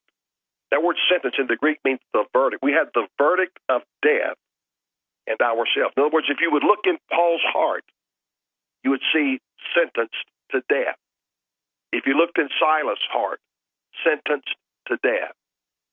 But the reason we were sentenced to death is that we should not trust in ourselves, but in God, which raiseth the dead. In other words, Paul is understanding I've got to do away with my self-assurance and my self-confidence. Psalms 118 verse 8 says, it is better to trust in the Lord than to put confidence in men. And for many years, it never hit me. But one day I was quoting that verse, and it hit me like a ton of bricks. That speaks to a man's self-confidence. You know, many times we can be cocky, arrogant. I got this. Don't worry about this. I got this covered. And that's what the psalmist is saying. It is better to trust in the Lord than to put confidence in men. And so we are all men or women. And sometimes the devil wants us to trust in ourselves. And that's the exact opposite that God told Paul, that we should not trust in ourselves, but trust in God, which raiseth the dead. In other words, if I were to get killed in my circumstances, my arduous, grievous trial, God is able to raise me from the dead if he so wills. I mean, this is the magnitude and the depth and the breadth of how God was allowing them to be pressed. And as I said, if you would look at their hearts, you would have seen over their hearts the words sentenced to death. And there's a reason that God brings each of us to these places sometimes. Mainly is because he wants our undivided attention. David in Psalms 119, verse 67, he said, before I was afflicted, I went astray. I want you to think about that. Before I got into trouble, I went astray. Then he goes on to verse 71, Psalms 119, verse 71. He said, it is good for me that I have been afflicted, tested, or tried, that I might learn thy statutes. I have a statement that I always tell people that go through a time of great and grave difficulty. Don't go through it and not learn anything from it. And yet I see people go through circumstances, and Doug, you're aware of this, you see them repeat the same thing again. Pastor. And again. That's even in my life, I have a history of doing that. And, if I were smarter, and like most people do, you would learn from those mistakes. Some of the best ways you can learn are from learning from your own mistakes.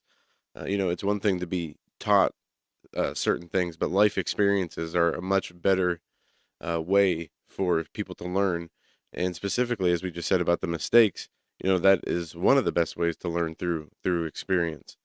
But if people like me, they're hard-headed, they a whole number of things that goes through your mind that are just kind of unexplainable, kind of like what you were talking about with that ties to the flesh.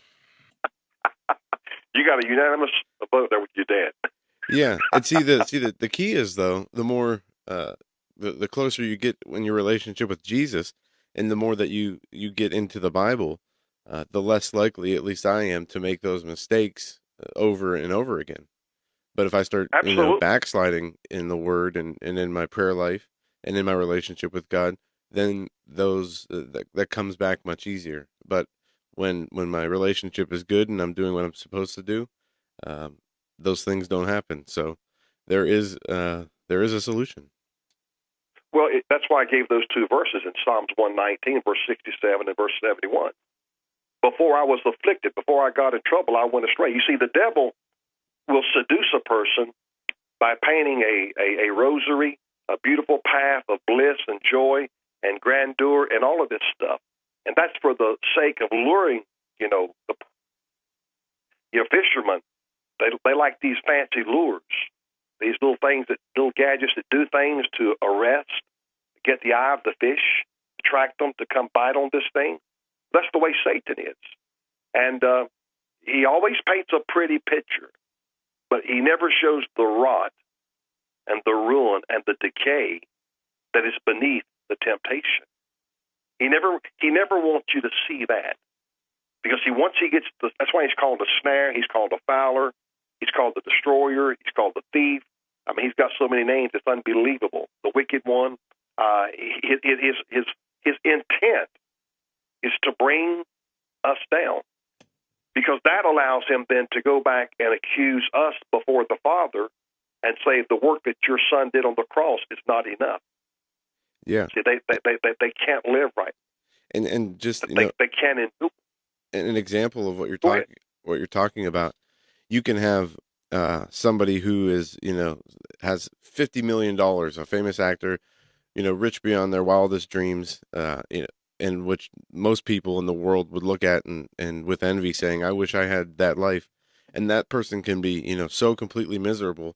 And on the other end, you can have somebody who's homeless, and basically is in a survival mode, but who is has that faith and is in a better attitude than the person who's rich beyond their wildest dreams. Everything, as you were talking about, the devil will make things look appealing that you don't have, or that you think you want. And many people will say, well, why, Lord, why couldn't I get this, or why couldn't you do this for me, or help me do this? And not realizing many times it's for our own good. Winning a lottery is an example of that. So many people who win the lottery, it ends up being turned into these tragedy stories. They go broke, Absolutely. They overdose. And so we look at things like maybe we don't have as much as other people or the right situations, but we need to understand that these things are being done to, as the Lord said, to refine us like gold in a furnace. He's trying to refine us and get us to move to that spiritual side. And it's not the happiness isn't about what you have in this world. It's about the spiritual connection that you have inside you, no matter your outside circumstances.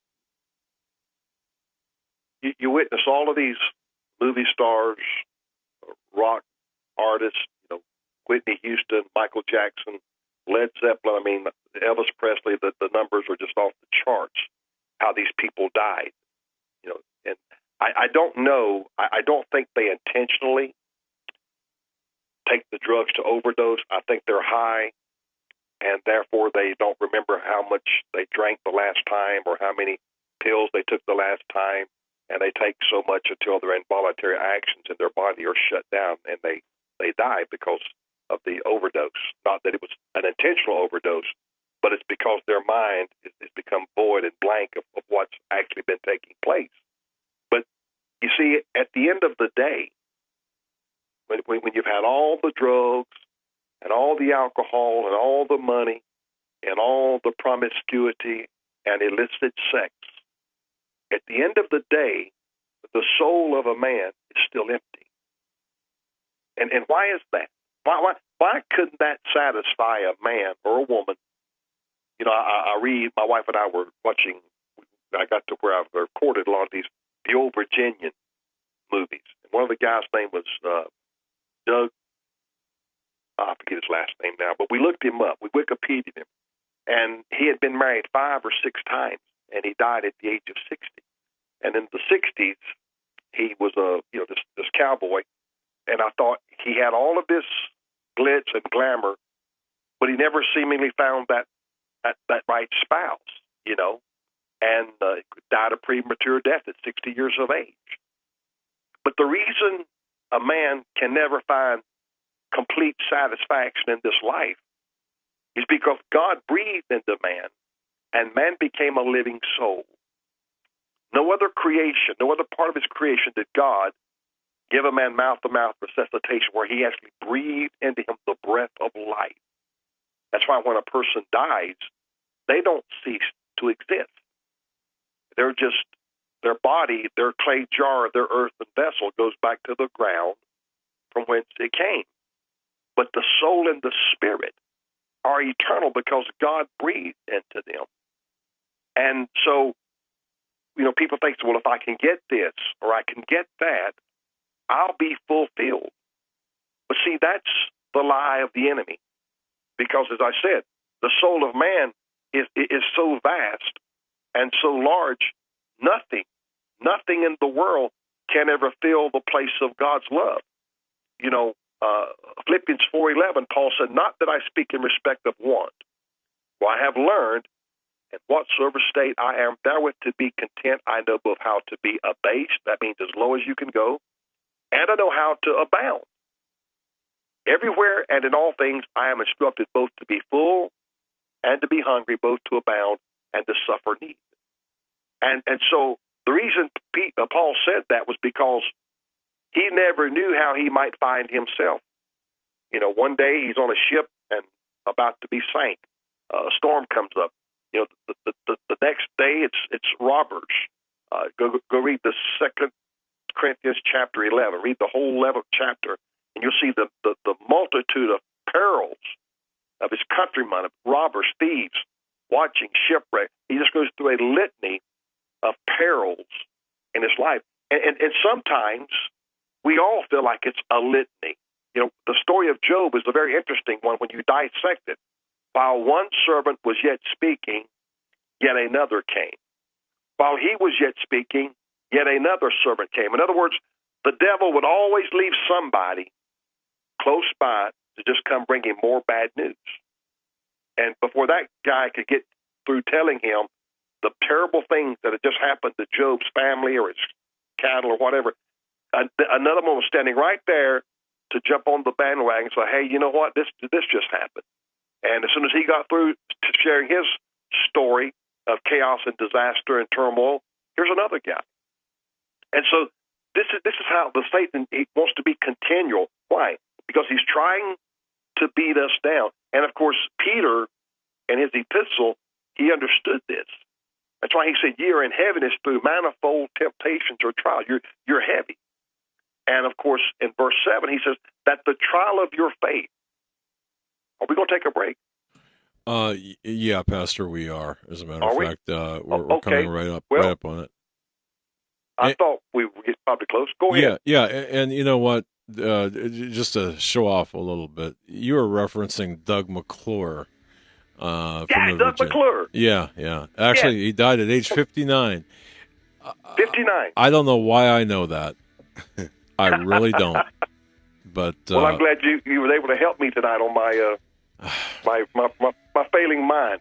Well, I you know what? I think I'm old. I used to watch that as well. In fact, I happened to catch over the holiday weekend or 4th of July. I saw a replay of that. I think it was like at 4:00 in the morning. Caught about 15 minutes of it, and that's what made me think of that. But anyway, thank you for that. Pastor David Lankford is our guest. TheVoiceOfEvangelism.com is his website. Stay right where you're at, folks. 3 minutes. We'll be right back.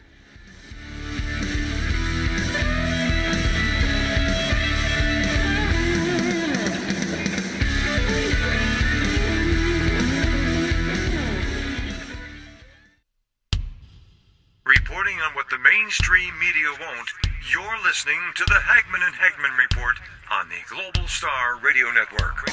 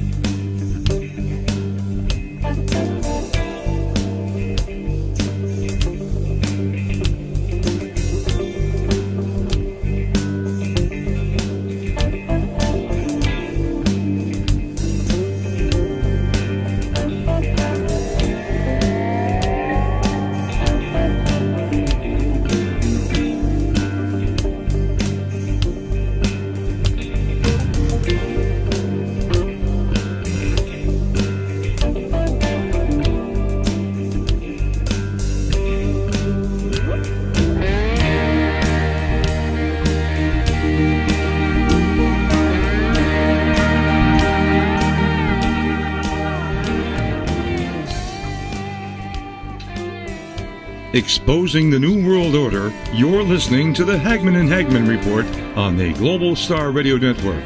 Stand by. Doug and Joe will be back shortly.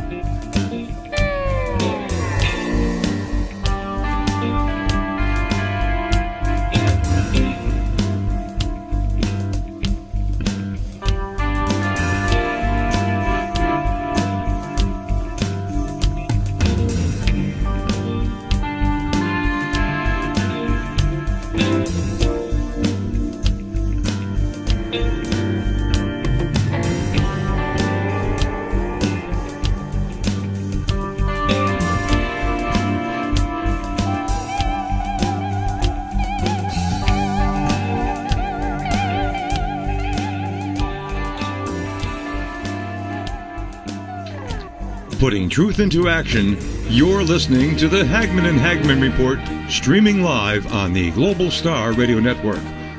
Please stand by. Doug and Joe.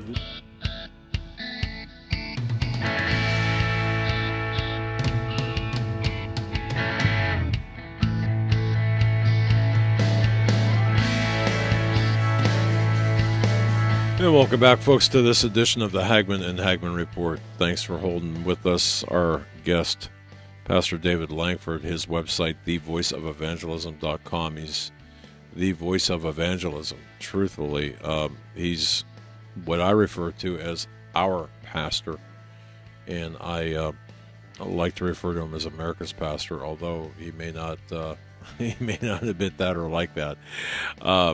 Before we get back to Pastor Langford, folks, let me direct your attention to ReadyMadeResources.com. That's ReadyMadeResources.com. It's been a while since Bob Griswold was on, but let me tell you something. The communication equipment that he's got for our listeners, the setup that he's got, it's important for everyone, I believe, in these times that we are approaching to have good communication equipment. If you go to ReadyMadeResources.com, that's ReadyMadeResources.com, click on the Outdoor tab. From there, look to the left, click on the Communications tab. There you'll see communication equipment. From there, the second from the left is the Hagmann Radio Special. All right, it's reduced by, I think, $50. It's all inclusive, and it's something that I highly recommend. Look, folks, communications is important. Ham radios, extremely important. They have their place. ReadyMadeResources.com is the place to go. In addition, one of my favorites, medical equipment as well. And I would urge everyone to stock up as they see fit. Night vision equipment, thermal optics, they've got everything, and I mean everything. And we're not talking Walmart quality. We are talking top quality. ReadyMadeResources.com. ReadyMadeResources.com. Pastor Langford, thank you so much for your patience. Let's continue, sir.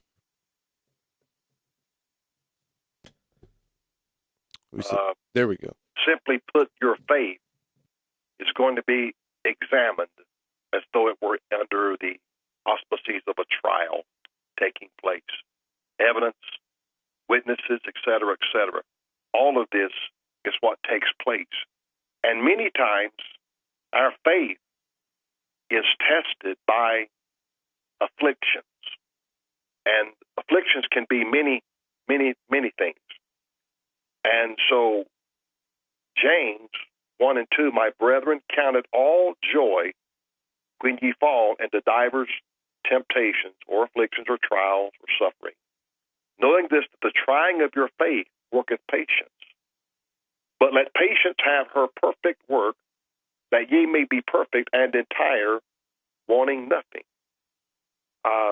It's amazing how God describes patience in a female gender, because it is a fact, for the most part, women are more patient than men.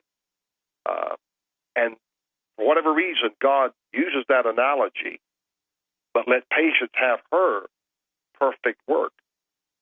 You see, this is about maturing and perfecting the child of God, these trials, these temptations, this suffering. James 1 and 3. Knowing this, that the trying of your faith worketh patience. Same thing Peter said, that the trial of your faith. And he goes on to describe your faith is being much more precious than of gold that perisheth, though gold too, is tried by fire. Why is the gold put in the fire? To remove the impurities. Why does God allow you and I to be cast into some of the most difficult and arduous trials that we would ever have to face? Well, this is why reading your Bible is so important and so significant, because in the Bible, you're going to find the answers about your suffering, about your trials, about your adversity. Now, the same epistle that Peter has written here, you go out to chapter 4, verse 12 and 13, Peter said, Beloved, think it not strange concerning the fiery trial, which is to try you, test you, examine you, as though some strange thing happened unto you. That word strange in the Greek means something foreign, something bizarre, something weird. You're like, why in the world is this happening to me? Peter goes on in 1 Peter 4:13, but rejoice. Is that not exactly what James told us to do? Count it all joy when you fall into divers temptations. You see, the perspective that these men had is about joy. Now, admittedly, I don't always glory and rejoice in my sufferings, my adversity. But this is what they're telling us. But rejoice. Why rejoice? Inasmuch as you are a partaker of Christ's sufferings. You are relating to the very same things that Christ went through. You see, we look at Christ oftentimes incorrectly. We say, well, he was God. Whoa, whoa, whoa, whoa, whoa. That's absolutely and 100% correct. But he was also man. Why? Well, the fundamental reason was so he could die a natural death. Hebrews 2:9. But we see Jesus, who was made a little lower than the angels for the suffering of death, crowned with glory and honor, that he by the grace of God should taste death for every man. So he had to be made lower than angels. Why? So he could die a natural death. Then Hebrews 4:15 says, for we have not an high priest, which cannot be touched with the feelings of our infirmities, but was in all points tempted like as we are, yet without sin. So for him to understand Joe Hagman, for him to understand Doug Hagman, for him to understand David Langford, he had to be tempted in all points so he could know what he was doing when he was giving his life, what he was dying for. He had to understand our misguided steps, our weaknesses, our fragility, our failures. He had to fully understand that. That's why he had to be made flesh. Deity cannot understand humanity. Humanity cannot understand deity. So God, in his infinite wisdom, says, I'm going to give you a God-man, the Son of God, both human, both deity. And see, he never used that deity to exempt himself from suffering. He told him, he said, do you not understand? I could call down 12 legion of angels right now and deliver myself. So he didn't draw on his deity for himself.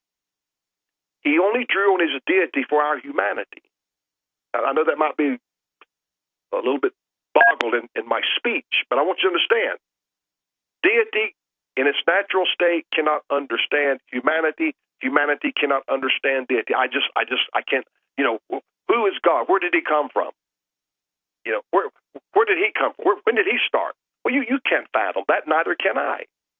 Yet God in creation, the day with God started in the evening. The evening and the morning were the first day. So, he does things always different than how we can fathom and understand, but that's the way the scripture tells us in Genesis chapter 2 or Genesis chapter 1. But the point is, Jesus took on human flesh that he could understand the literal physical pain, suffering, emotional pain, distress, suffering, all of it. And I know that's hard for us to understand that, but that's what he did. And so Peter's telling us, you're going to be a partaker of Christ's sufferings, that when his glory, he comes in glory when he returns, shall be revealed, ye may be glad also with exceeding joy. Now, why does Peter say that? That when his glory shall be revealed, ye may be glad also with exceeding joy. Because you're going to partake of the same doxa, the same glory that Christ has. Romans 8:18, for I reckon that the sufferings of this present time is not worthy to be compared to the glory which shall be revealed in us. Colossians 3:4, when Christ, who is our life, shall appear, then shall you appear also with him in glory. See, Peter understood when he comes, that's why we have to be transformed from a mortal creature to an immortal creature, from a corruptible creature to an incorruptible creature. You could not stand the presence of God in his glory unless you had a glorified body.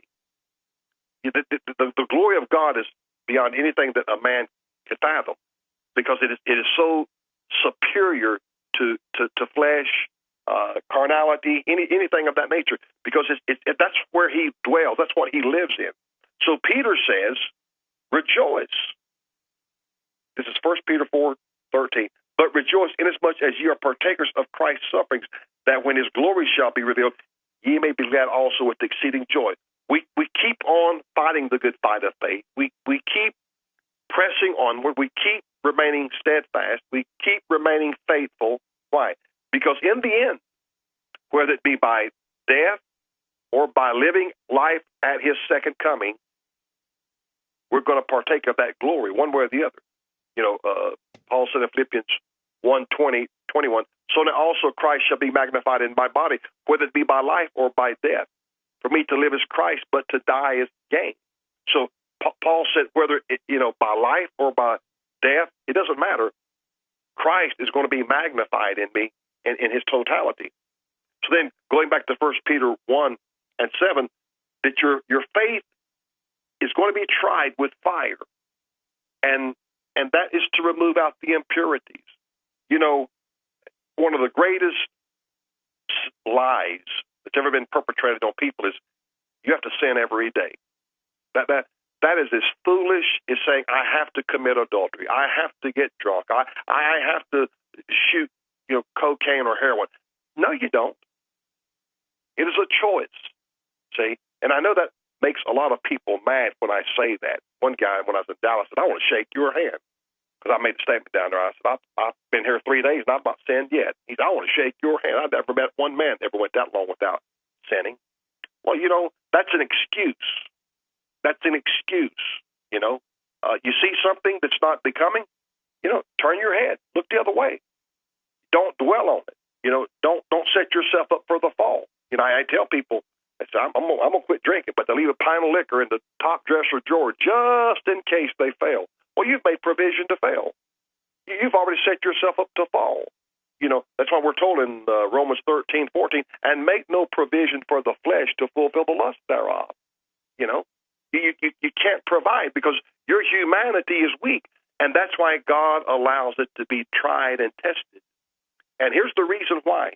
Peter makes it clear in verse 7, 1 Peter 1:7, though it be tried with fire, might be found unto praise and honor and glory at the appearing of Jesus Christ. All of those of you listening tonight, you're listening tonight, and you still believe in a pre-tribulation rapture, will you please explain to me, is that pre-tribulation or a second advent coming? Somebody needs to tell me and show me whether that verse is pre or post. You see, you can't. I haven't been down this road. Because Peter understood there's only one second coming of Christ. So he doesn't make a delineation in that verse, which means if it's tribulation, so be it. If it's suffering, so be it. If it's by death, so be it. See, this is where people get off the track, because for God to present to himself a glorious church, and that we can partake of that same glory which he possesses, we're going to go through some stuff, because he says in Ephesians 5:27 that he might present it to himself a glorious church, not having spot or wrinkle or any such thing, but that it should be holy and without blemish. How's that going to happen? That's going to happen because we're going to suffer. We're going to go through times of difficulty. We're going to go through times of sorrow. A woman's labor pains are more frequent, and they get more severe the closer the birth of that child. I remember when our first child was born, I know exactly where I was. I walked in the house. I'd been playing golf, and my wife was putting up wallpaper, and she had a contraction. That was probably about 4 o'clock in the afternoon. 5 o'clock the next morning, the baby was born, 13 hours from that point. But I witnessed as the baby was getting closer to being born, I witnessed the greater the labor pains, and I witnessed the frequency had increased tremendously, drastically. You see, and this is what's happening in the earth. This is what's happening in the world. And this is why I'm trying to encourage you tonight, because this is only going to intensify. See, when Jesus said, these things are the beginning of sorrows, that literally, that's Matthew 24:8, literally means birth pains. That's exactly what that means in the Greek. It is birth pain. And so going through these things cleanse us and rid us of the sin that Satan is trying so unbelievably trying to get into us. Satan is looking for a way to get you to sin against the Lord. 1 Peter 4:1, he that hath suffered in the flesh hath ceased from sin. In other words, if it takes suffering to keep me, to stop me from sinning, so be it. Or maybe God is testing my faith to bring me to another spiritual level of trust.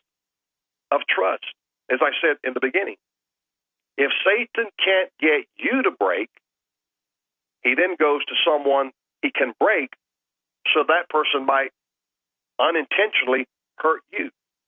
Now, by the way, my book is being printed, so we'll have that out here in the next week to 10 days, the New Jerusalem Bride and the Mystery of the Church. While I was writing this book, I realized this is nothing derogatory, this is not demeaning, this is not condescending. Why didn't Satan come to Adam? He came to his wife. Weaker. I'll tell you why. Weaker? That's right. He knew there was a weakness there. Now, why? I don't understand. But he understood there was a weakness there, and maybe it's because she came from his rib, his side. The Bible tells us in the 1 Samuel, I believe it's chapter 3, or 2 Samuel 3, Abner was killed. They stuck a dagger under his fifth rib. And there's something about getting a blade, a knife under a man's rib, taking his life. That's all in the natural, but it's also in the spirit. If the devil can't work against you through your spouse, maybe he'll go to one of the children and try to create a very tremendous and difficult situation.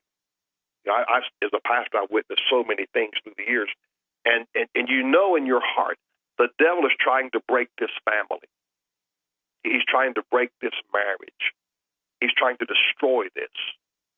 Remember, he comes to kill, to steal, and to destroy. There's an ill motive, there's an ill intent, there's an ill will behind what Satan is doing. You've heard me quoted Luke 22:31. Simon Peter, Satan hath desired to have you that he might sift you as wheat. That word sift in the Greek means he will riddle, he will pierce, he will perforate your soul. He's desired. That when you exegete that phrase, Satan hath desired to have you. The Greek says he has exceedingly demanded that I give him your soul. Don't ever think Satan doesn't have a desire to hurt you. He's not your friend. He's not your buddy. He's your enemy. 1 Peter 5:8. Be sober, be vigilant, because your adversary, the devil, as a roaring lion, walketh about seeking those he may devour. You have a personal Savior. you have a personal adversary. Now, whether it's Satan himself, probably not. But he has an emissary, he has a minion, he has a cohort, he has someone that he can dispatch to just wreak havoc in your life. I mean, just untold havoc. And when this comes, this is not to destroy us. If God allows this, this is not to destroy us. This is to drive us to Christ. You know, I find in my own life, when the going gets tough, I need to spend more time in the Word. I need to spend more time in prayer. This is how Satan catches us off guard. It's when you least expect it. It's that element of surprise. That's why he's called a thief. A thief doesn't tell you when he's coming. He wouldn't be a thief. He doesn't tell you when he's coming to rob or to break and enter. He never gives you a heads up. Neither will Satan. He will slam you so unexpectedly, like, where in the world did this come from? You know, well, if you're praying and you're walking in the Word and walking in the Spirit, it's hard for him to catch you in a snare because your spiritual acumen is so you're so keen to you know something's up. It's in your spirit. I know he's lurking. I can't see him. I can feel him. I can sense the evil presence. And it can be felt. It can be felt. Satan is an entity. His minions, his cohorts, his emissaries, they are real. You can sense their presence. Just as you sense the presence of God, I sense the presence of the enemy at times. I know it. I know it. It's demonic. It's oppressing. You know, Peter said in Acts 10:38, how God anointed Jesus of Nazareth with the Holy Ghost and with power, who went about doing good and healing all that were oppressed of the devil. You see, people get so oppressed, they turn to drugs, they turn to alcohol because they're being pressed. Just take off the word O-P, and the rest of the word is just pressed. What did Paul say? We were pressed out of measure. See? So it's Satan pressing. You know, there's a gambling term. We're going to press. You know, we're down 3 holes. We got 1 to play. We're going to press. That means we're putting everything on the line for the last hole. Satan is a master at pressing people. See, he knows how to press. And Paul said, we were pressed out of measure. There was no way you could measure it.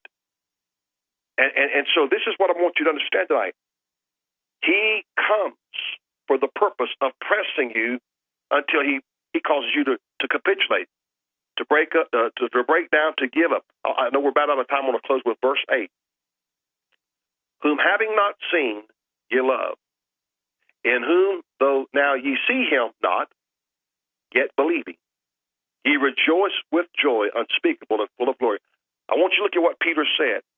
Having not seen, you love. In the natural, it's hard to have love for something that you cannot see. You love your wife. You love your husband. You love your children.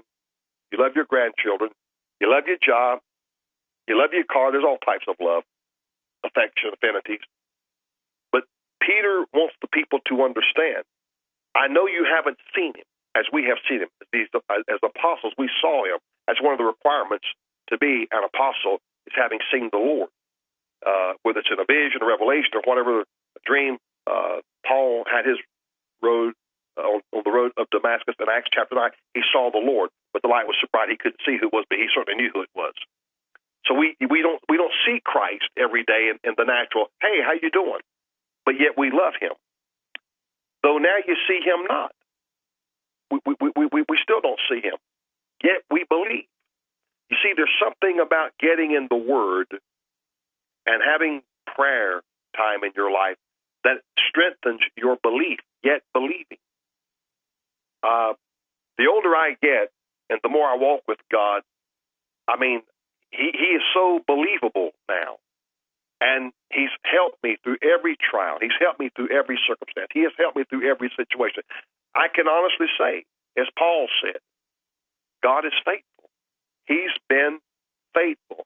And, you know, I've been praying about something for a few weeks, and just all of a sudden, God answered my prayer. And it's like, why does it take you so long sometimes to show up?